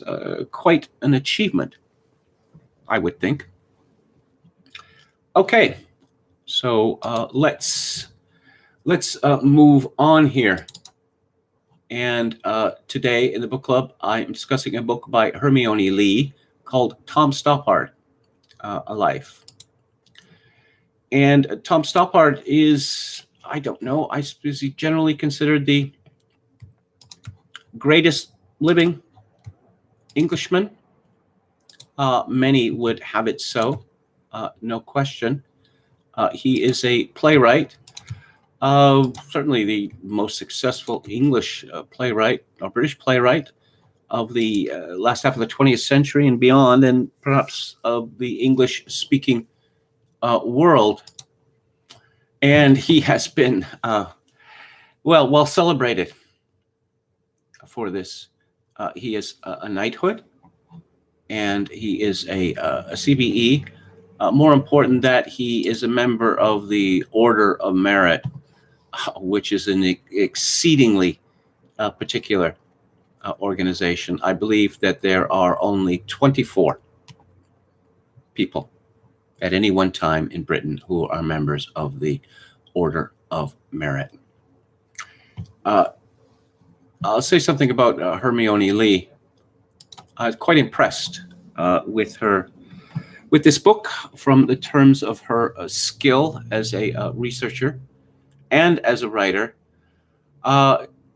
She is a very good writer. One becomes sort of inured to sloppy writing, inelegant writing, and she's not guilty of either of these things.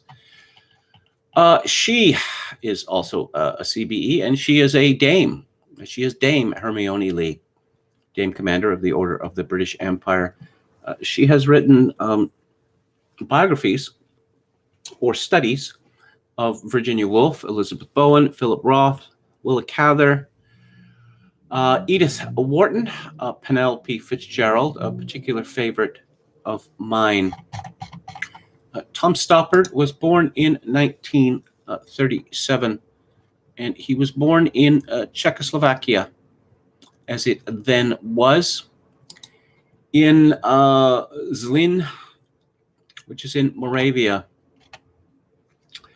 I suppose he was born Thomas Steutzler, and it's a sort of a typical mid-century story of collapse of everything that was known, and being banished from one's homeland, and crossing the earth, or a large part of it. Stoppard is Jewish, although this meant nothing to him until much later in his life. His family was dominated first by the Czechoslovakian state railway, and then later by the Bata Shoe Company. And it was only because of Bata's global ambitions that any of the Steutzlers survived. His father, Eugen, was a doctor, and his mother, Marta, later went to work for Bata abroad in order to survive. The Bata company did its best to try to get its Jewish employees out before the German occupation of Czechoslovakia in 1939. And the Steutzlers, they went to Singapore, where there was a Bata factory. And I don't know, out of the frying pan into the fire, or perhaps just out of the frying pan into another frying pan. This trip to Singapore involved weeks, many weeks. And it is difficult for people who grew up in the age of the airplane to understand just how difficult and time-consuming travel was. Even in the early days of passenger air travel. So the Steutzlers ended up in Singapore, where Dr. Eugen, he got a job there. But of course, the Japanese were soon to invade Southeast Asia.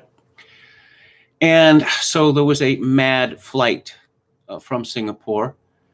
Eugen Steutzler had identified with the English in Singapore to the point where the children, Tom and his elder brother, were being educated in England in English. So Marta and the two children fled ahead of the Japanese invasion. Eugen stayed and was to join them later, only he never did. His fate was unknown for some years, but now it's known that he was killed by the Japanese.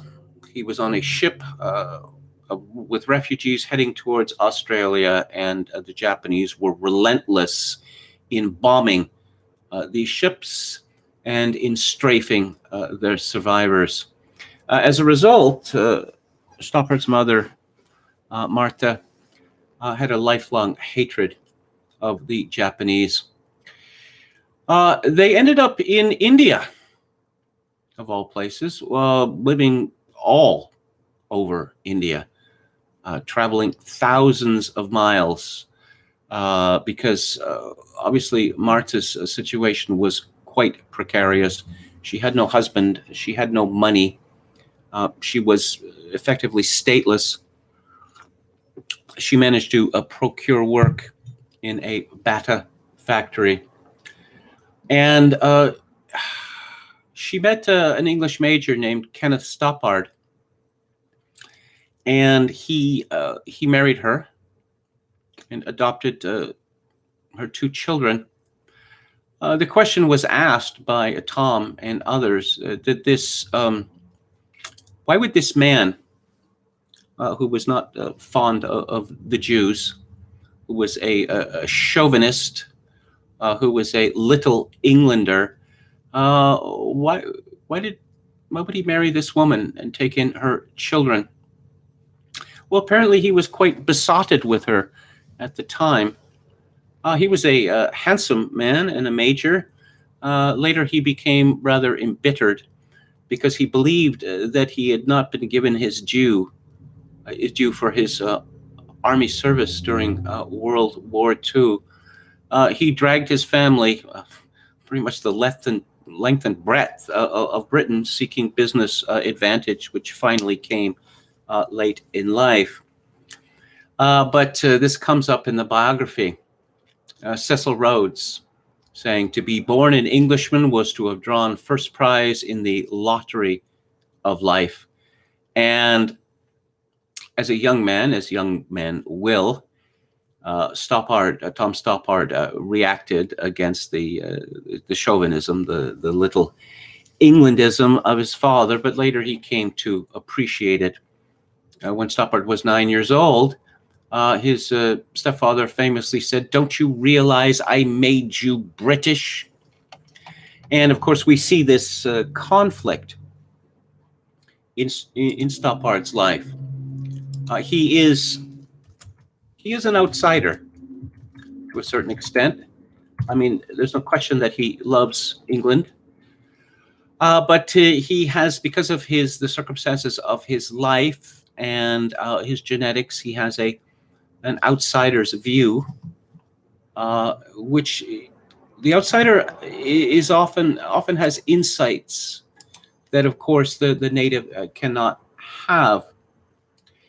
But there is much in this book which is quite compelling regarding the horror of the war years, and I'll read a little bit from it. At Colombo, in Ceylon, there was utter confusion. People were being pushed onto the decks of other ships with mattresses, not knowing where the ships were going to.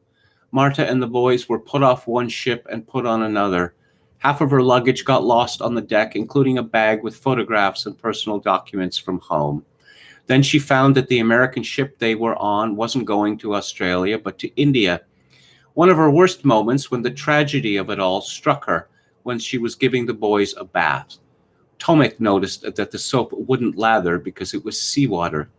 Nellie Gellert, who was Martha's best friend, had given the boys 2 little St. Christopher medallions to wear around their necks, engraved with their names. Martha hung them on a hook in the bathroom and forgot them, and when she went back for them, they had disappeared. She cried and cried. The boys never forgot it. In Singapore, in the week of the invasion, there was chaos. Thousands were milling around on the docks while bombs and shells were falling, all struggling to push onto the boats. Allied ships were being blown up in minefields. Now, Tom Stoppard, as he became, he was just a boy at the time. And so this is one of the, I suppose, one of the advantages, one of the blessings of youth is, of course, that nothing that happens is your responsibility. It's all the responsibility of others. And things which are devastating to adults, they often sort of just wash over children because it's a commonplace, I suppose, that children believe that their own circumstances are universal. It is only in adolescence when they begin to look around the world and realize that many family structures are different from their own. So Tom Stoppard was a good student, and upon being settled in Britain permanently, He went to, I suppose you could say, a minor but decent prep school and a minor but decent independent school. I should point out that practically all of Tom Stoppard's Czechoslovakian relatives were murdered during the Holocaust.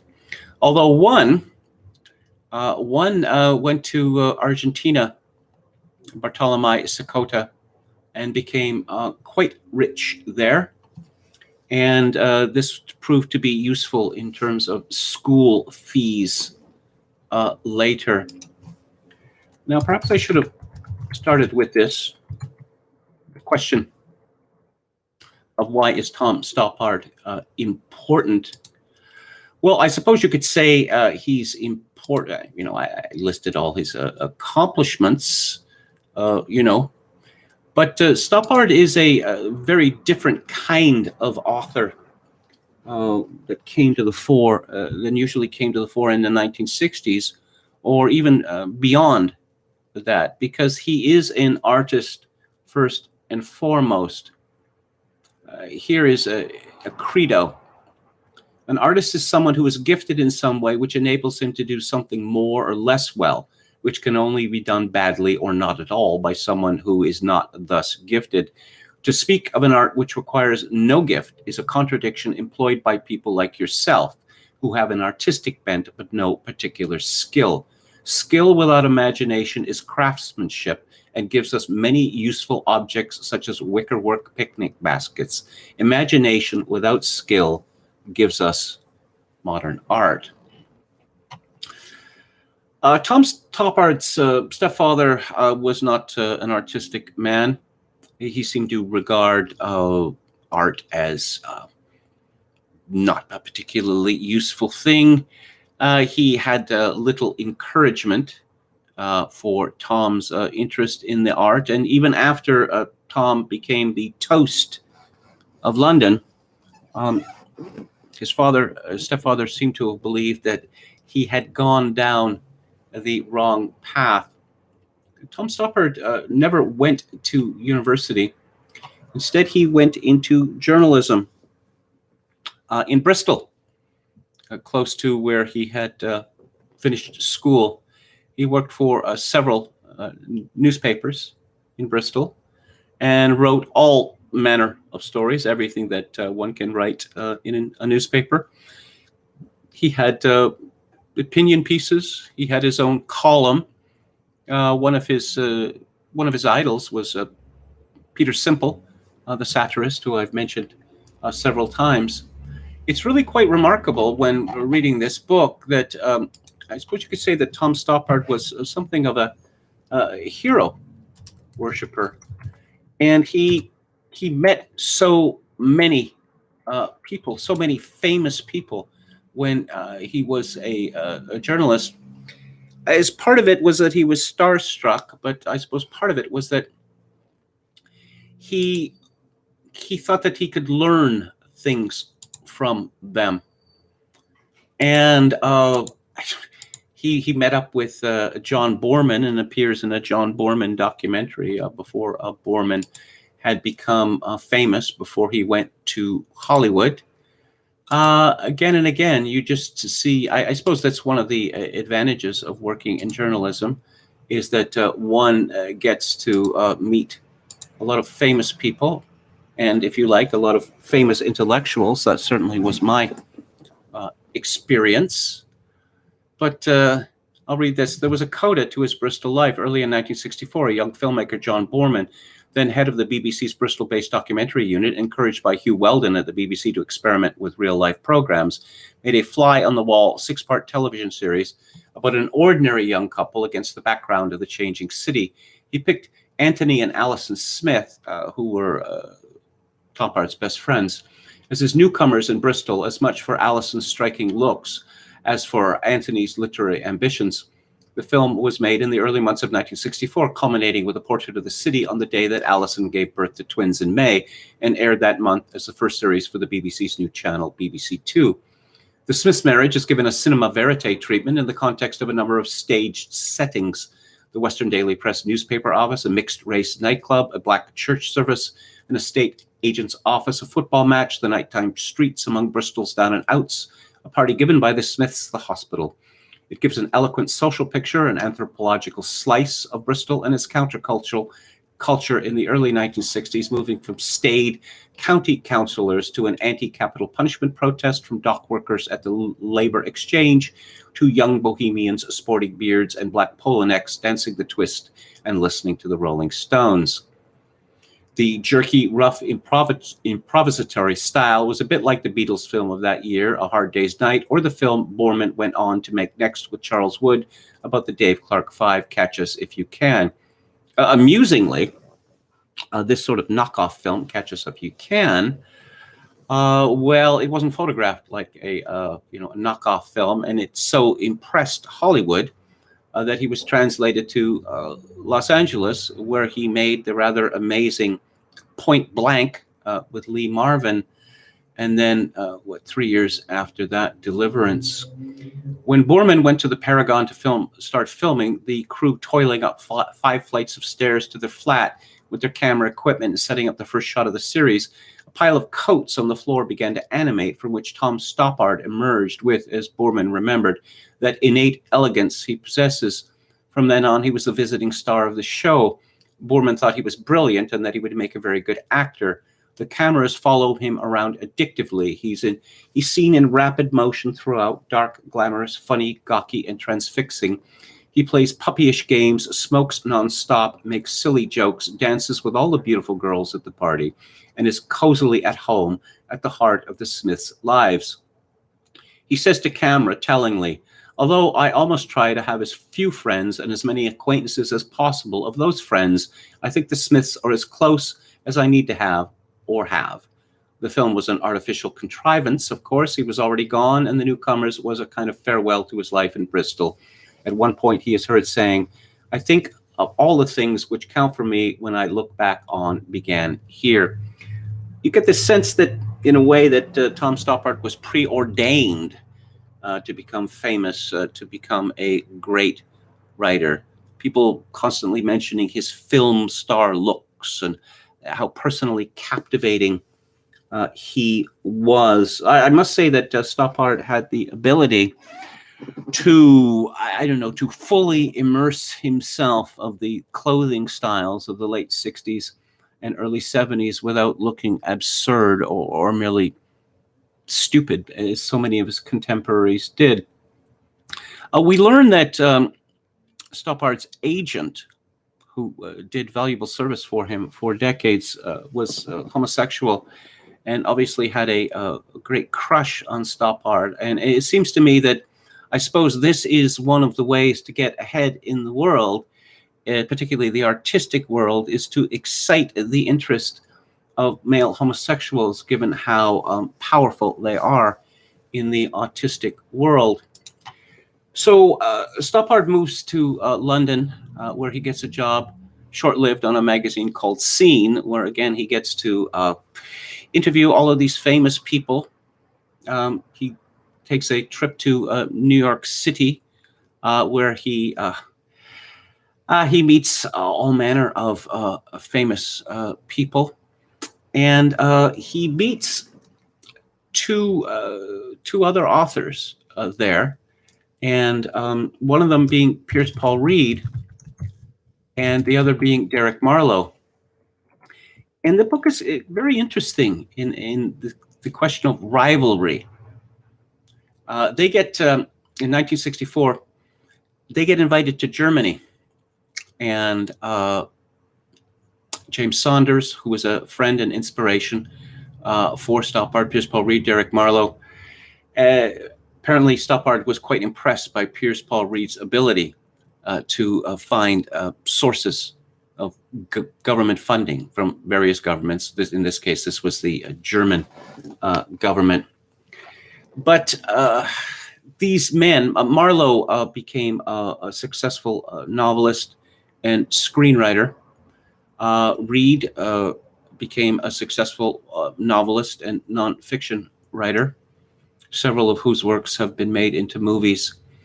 But with Rosencrantz and Guildenstern Are Dead, Stoppard got there first. He became famous first. And this is a problem. This is a big problem. I've seen it myself in my own life, that people are generally can only be friends with members of their own class, or with people who have roughly the same level of accomplishment that they do. That there is simply, it's too difficult. Here's something from the book. That those closest to him had some mixed feelings about his sudden fame. That's Stoppard. However careful he was, there was bound to be some jealousy among old friends and a sense of being left behind. Pierce Paul Reed, for instance, had to guard against sounding chippy or feeling patronized. And that is the eternal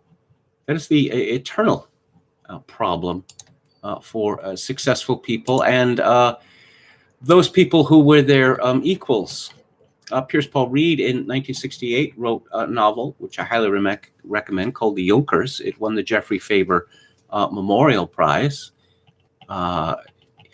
Pierce Paul Reed's first novel, Game in Heaven with Tussie Marks, I read it decades ago, and I suppose I wouldn't be able to get through it now because it's written in an experimental style that's almost incomprehensible, which he abandoned after that effort.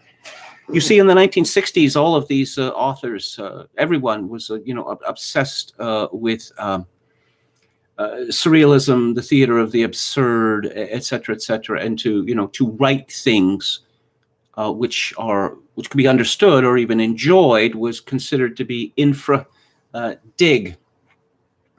Pierce Paul Reed wrote a nonfiction book in 1974 called Alive, the story of the Andes survivors, which was an enormous worldwide success and made Pierce Paul Reed famous, and has been filmed twice. But of course, his success came years after that of Rosencrantz and Guildenstern. Derek Marlowe, he wrote Dandy and Aspic, which was filmed. He wrote many screenplays, A Universal Soldier, A Month in the Country, Jamaica Inn, The Adventures of Sherlock Holmes, The Two Mrs. Grenvilles, and he actually even wrote an episode of Murder, She Wrote. Marlowe is almost forgotten now. I suppose Pierce Paul Reed. Stoppard chose playwriting specifically because one could become famous overnight. That Britain's a small island, and they have national newspapers, which everyone reads. And thus, if one of the great critics of the day, Kenneth Tynan or Irving Wardle, considered a great critic, if they give your play a rave review, suddenly you are famous, and suddenly your play, regardless of what everyone else thought about it, is going to be playing to packed houses. And that's exactly what happened with Rosencrantz and Guildenstern Are Dead, which is a pastiche of Hamlet, of course. And it introduces, I suppose, the equality with what Tom Stoppard is best associated with, which is ambiguity. Ambiguity. Very unfashionable to be unpolitical in the 1960s, which Stoppard was for the most part. Later, he became associated with anti-communism and the situation in Czechoslovakia. But Stoppard then and now has a very sort of traditional view of the purpose of playwriting, which is to get bums in seats and keep them there until the play is over. Whereas so many other playwrights, David Hare, Harold Pinter, are shaking their fist at society. It's kind of remarkable to me that Tom Stoppard, obviously a very likable man, managed to be friends with both Paul Johnson, the socialist, then right-wing provocateur, a journalist and biographer, and Harold Pinter.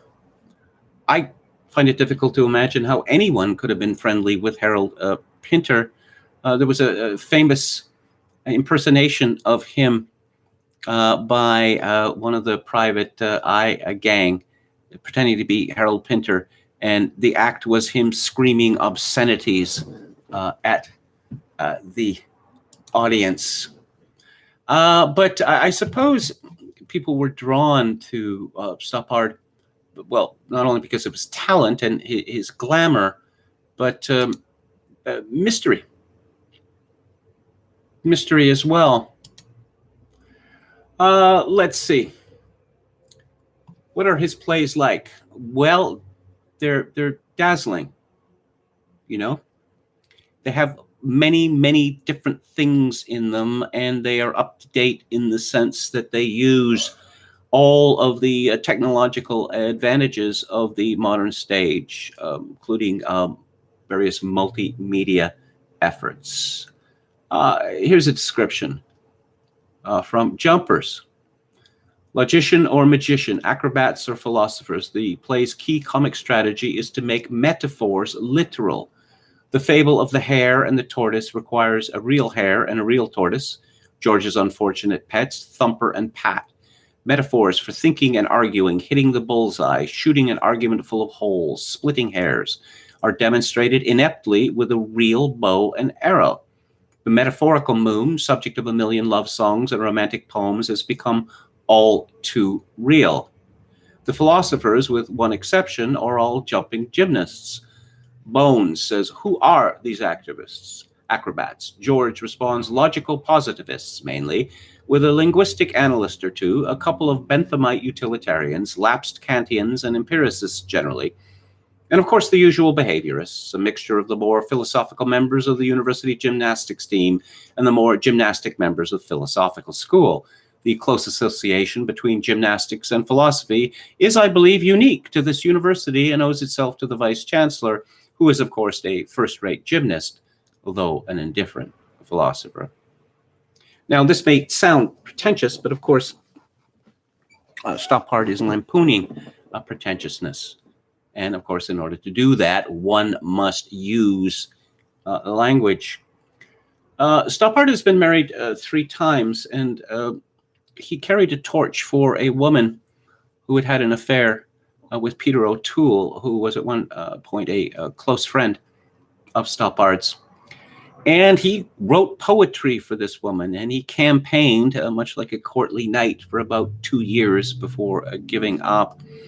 Despite all of his fame and fortune, Stoppard appears to have had difficulties with girls. Again, despite his glamour, he was rather bullied into his first marriage to a woman called Jose or Josie. It's not really explained in the book how her name is pronounced. She set her cap at him, and she seems to have been envious of his success, which is not unusual among women. You see, when you have a man and a woman who meet and they're roughly, again, the same social status, when if the man ascends to a much higher plane, then this engenders bitterness in the woman. Not always. Well, we see a very similar situation with Charles Schulz of Peanuts fame and his first wife. I'll call her Jose. That she proposed to him, and you see, he was a starving artist type, and there's a certain type of woman who is greatly attracted by the starving artist. When they are no longer starving, then they are no longer attractive. After Stoppard's great success with Rosencrantz and Guildenstern Are Dead, she would appear in public with him wearing an apron that said Mrs. Stoppard. Obviously a very bad signal. I'm really rather surprised that Hermione Lee, given that T.S. Eliot was a great influence for Stoppard, does not mention the coincidence that just as T.S. Eliot's first wife went insane, so did Tom Stoppard's. Stoppard gets blamed for this by various people. His wife was I don't know, getting drunk at 11 o'clock in the morning, despite the fact that she had 2 children, was constantly making threats of suicide. I really don't know what is to be done with such a woman. Stoppard eventually separated from her and got custody of the 2 children. And for years afterwards, Stoppard didn't know about this. The rejected wife was poisoning his children, attempting to poison the children's minds against him. Stoppard's second wife was later became a kind of guru figure, Miriam Stoppard, advancing an agony aunt type, writing all these books about sex and relationships and children and such like. And they had, I suppose, a very ideal, very modern British marriage in the 1970s, where they were both famous and both constantly on the go. That marriage didn't work out either. And he ended up, that is to say, Stoppard ended up marrying late in life to a member of the Guinness family, one of the banking Guinnesses, not the brewing Guinnesses. I remember reading, I know that Steve Saylor is very much interested in Tom Stoppard. And despite the fact that Stoppard is the author of a hit play called Rock and Roll, that Steve Saylor speculated that Stoppard's interest in rock music was not that deep for all his, carrying on about Mick Jagger. Obviously, one of the appeals of Mick Jagger is that, a lot of young men wanted to be Mick Jagger. But when Stoppard was on Desert Island Discs in 1985, he was asked his favorites, and his number one favorite was Careless Love by Bessie Smith, Louis Armstrong's Nobody Blues But Mine, and then the others, the Avon Cities Jazz Band with Jump for Joy, America from West Side Story, Leonard Bernstein and Stephen Sondheim, Graceful Ghost by William Balcom, Every Good Boy Deserves Favor by Andre Previn, which of course is one of Stoppard's plays, the one with the orchestra in it. The Köln Concert by Keith Jarrett. I suppose the only classical piece is Fantasia on a Theme by Thomas Tallis by Ralph Vaughan Williams, which bids fair to be the most English piece ever written. And the only rock song in this list is the Beatles' first single, Love Me Do, which is a pretty ropey song. It's not, if you love the Beatles, typically, that's not the song one would choose. So Stoppard continued to, astonish audiences over the years. And again, this tremendous virtue in his work is his understanding that his job is to entertain people. Everything else, all of the business about politics and philosophy and aesthetics and all the rest of it in his plays is a bonus. You get that for extra. I mean, if you're not going to entertain people, if you're not going to get them to come to the theater, and if you're not going to get them to stay to the end, then you are a failure. No question about it. If I had another complaint about this book, is that there is a lot of discussion about money. And I like that. Because unless you were told, if you say that a writer is successful, say, or any artist is successful, well, how successful is he? How much money was he making? Well, Stoppard was making, after Rosencrantz and Guildenstern, which was taken up all over the world and in many, many languages, a rather stupendous amount of money, but he never seemed to have very much money. Now, he had 4 children to support and an ex-wife and, a property and, he loved to take taxis and he loved to collect first editions and art. But one would have thought with his success this wouldn't have been a problem. Hermione Lee does not mention that in the 1960s and 1970s, the highest marginal tax rate in Britain was 90%. 90%. And this is why so many famous Britons, including the Rolling Stones, they went off into tax exile because the idea of being so very successful and getting to keep so very little of what you earned and being vilified by the labor press at the same time was unbearable for these people. But Stoppard, ever the patriot, remained in Britain. I just say one last thing. Rock and roll is set in Cambridge, England, and Prague.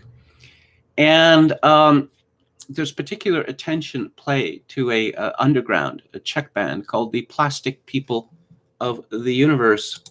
I was told a story by a Slavonic studies professor of a conference in which an elderly Canadian professor, one of the giants in his field, was giving a lecture at a conference, and he was talking about the plastic people of the universe.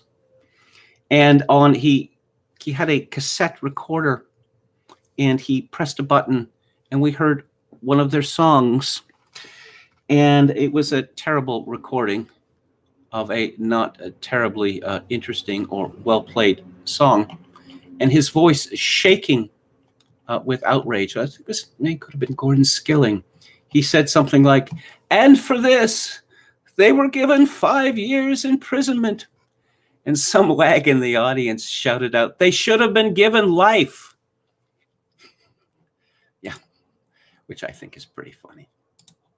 Anyway, I highly recommend Hermione Lee's biography of Tom Stoppard, who is a man who is not only interesting in his work, but interesting in his life, and a great many art of that cannot be said of most artists. So next week on the book club, I'm going to be discussing the collected poetry of the South African poet, Roy Campbell. And on Theatre Thursday, I'm going to be discussing a comedy, a rather bittersweet comedy from 1988 by Jake Kasdan called Zero Effect. And just a reminder that I've introduced a new feature to appear every Monday called, imaginatively, Music Monday, in which I will talk about some little corner of the music world, both serious or popular. So let's look at the chat. Who are we talking about? David Bowie in there? Oh, this story about Mick Jagger being found in bed with David Bowie. There's one source for this. David Bowie's ex-wife, exceedingly bitter ex-wife, Angela. To give you, well, I'll just say this about Angela. She is the one who convinced David to make a public statement, "I'm gay and always have been," which Bowie regretted bitterly to the end of his life because it's not true. And David Bowie was a cocaine addict to the extent that he was seeing hallucinations and becoming obsessed with the occult, believing in, that the devil was closing in on him, living on a diet of peppers and milk.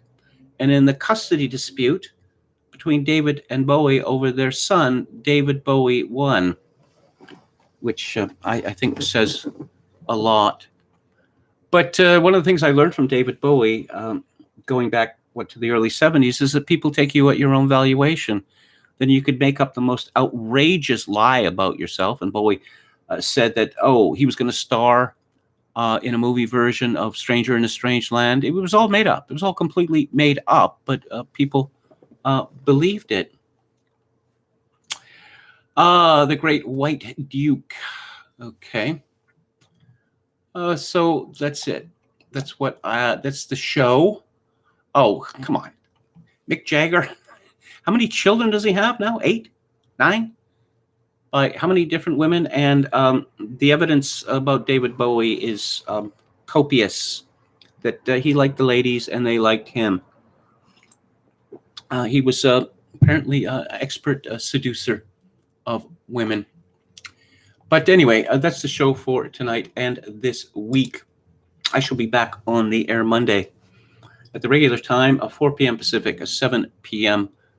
Eastern. If you like the show or any part of it, I appreciate it if you click on the like button and subscribe to my YouTube channel if you have not done so already. If you would like to make a donation to this live stream, which would be exceedingly well appreciated at this particular moment, given how precarious my situation is, my PayPal account is linked to Kevin_Grace@hotmail.com. Once again, Kevin_Grace@hotmail.com. If you're Canadian, a donation can be sent directly via Interac at kevingrace@shaw.ca. And I shall leave you with this: in these days of social atomization and civilizational collapse, I do wish that you, my dear viewers and listeners, manage to form a genuine human connection in order to ease the burden. Good night.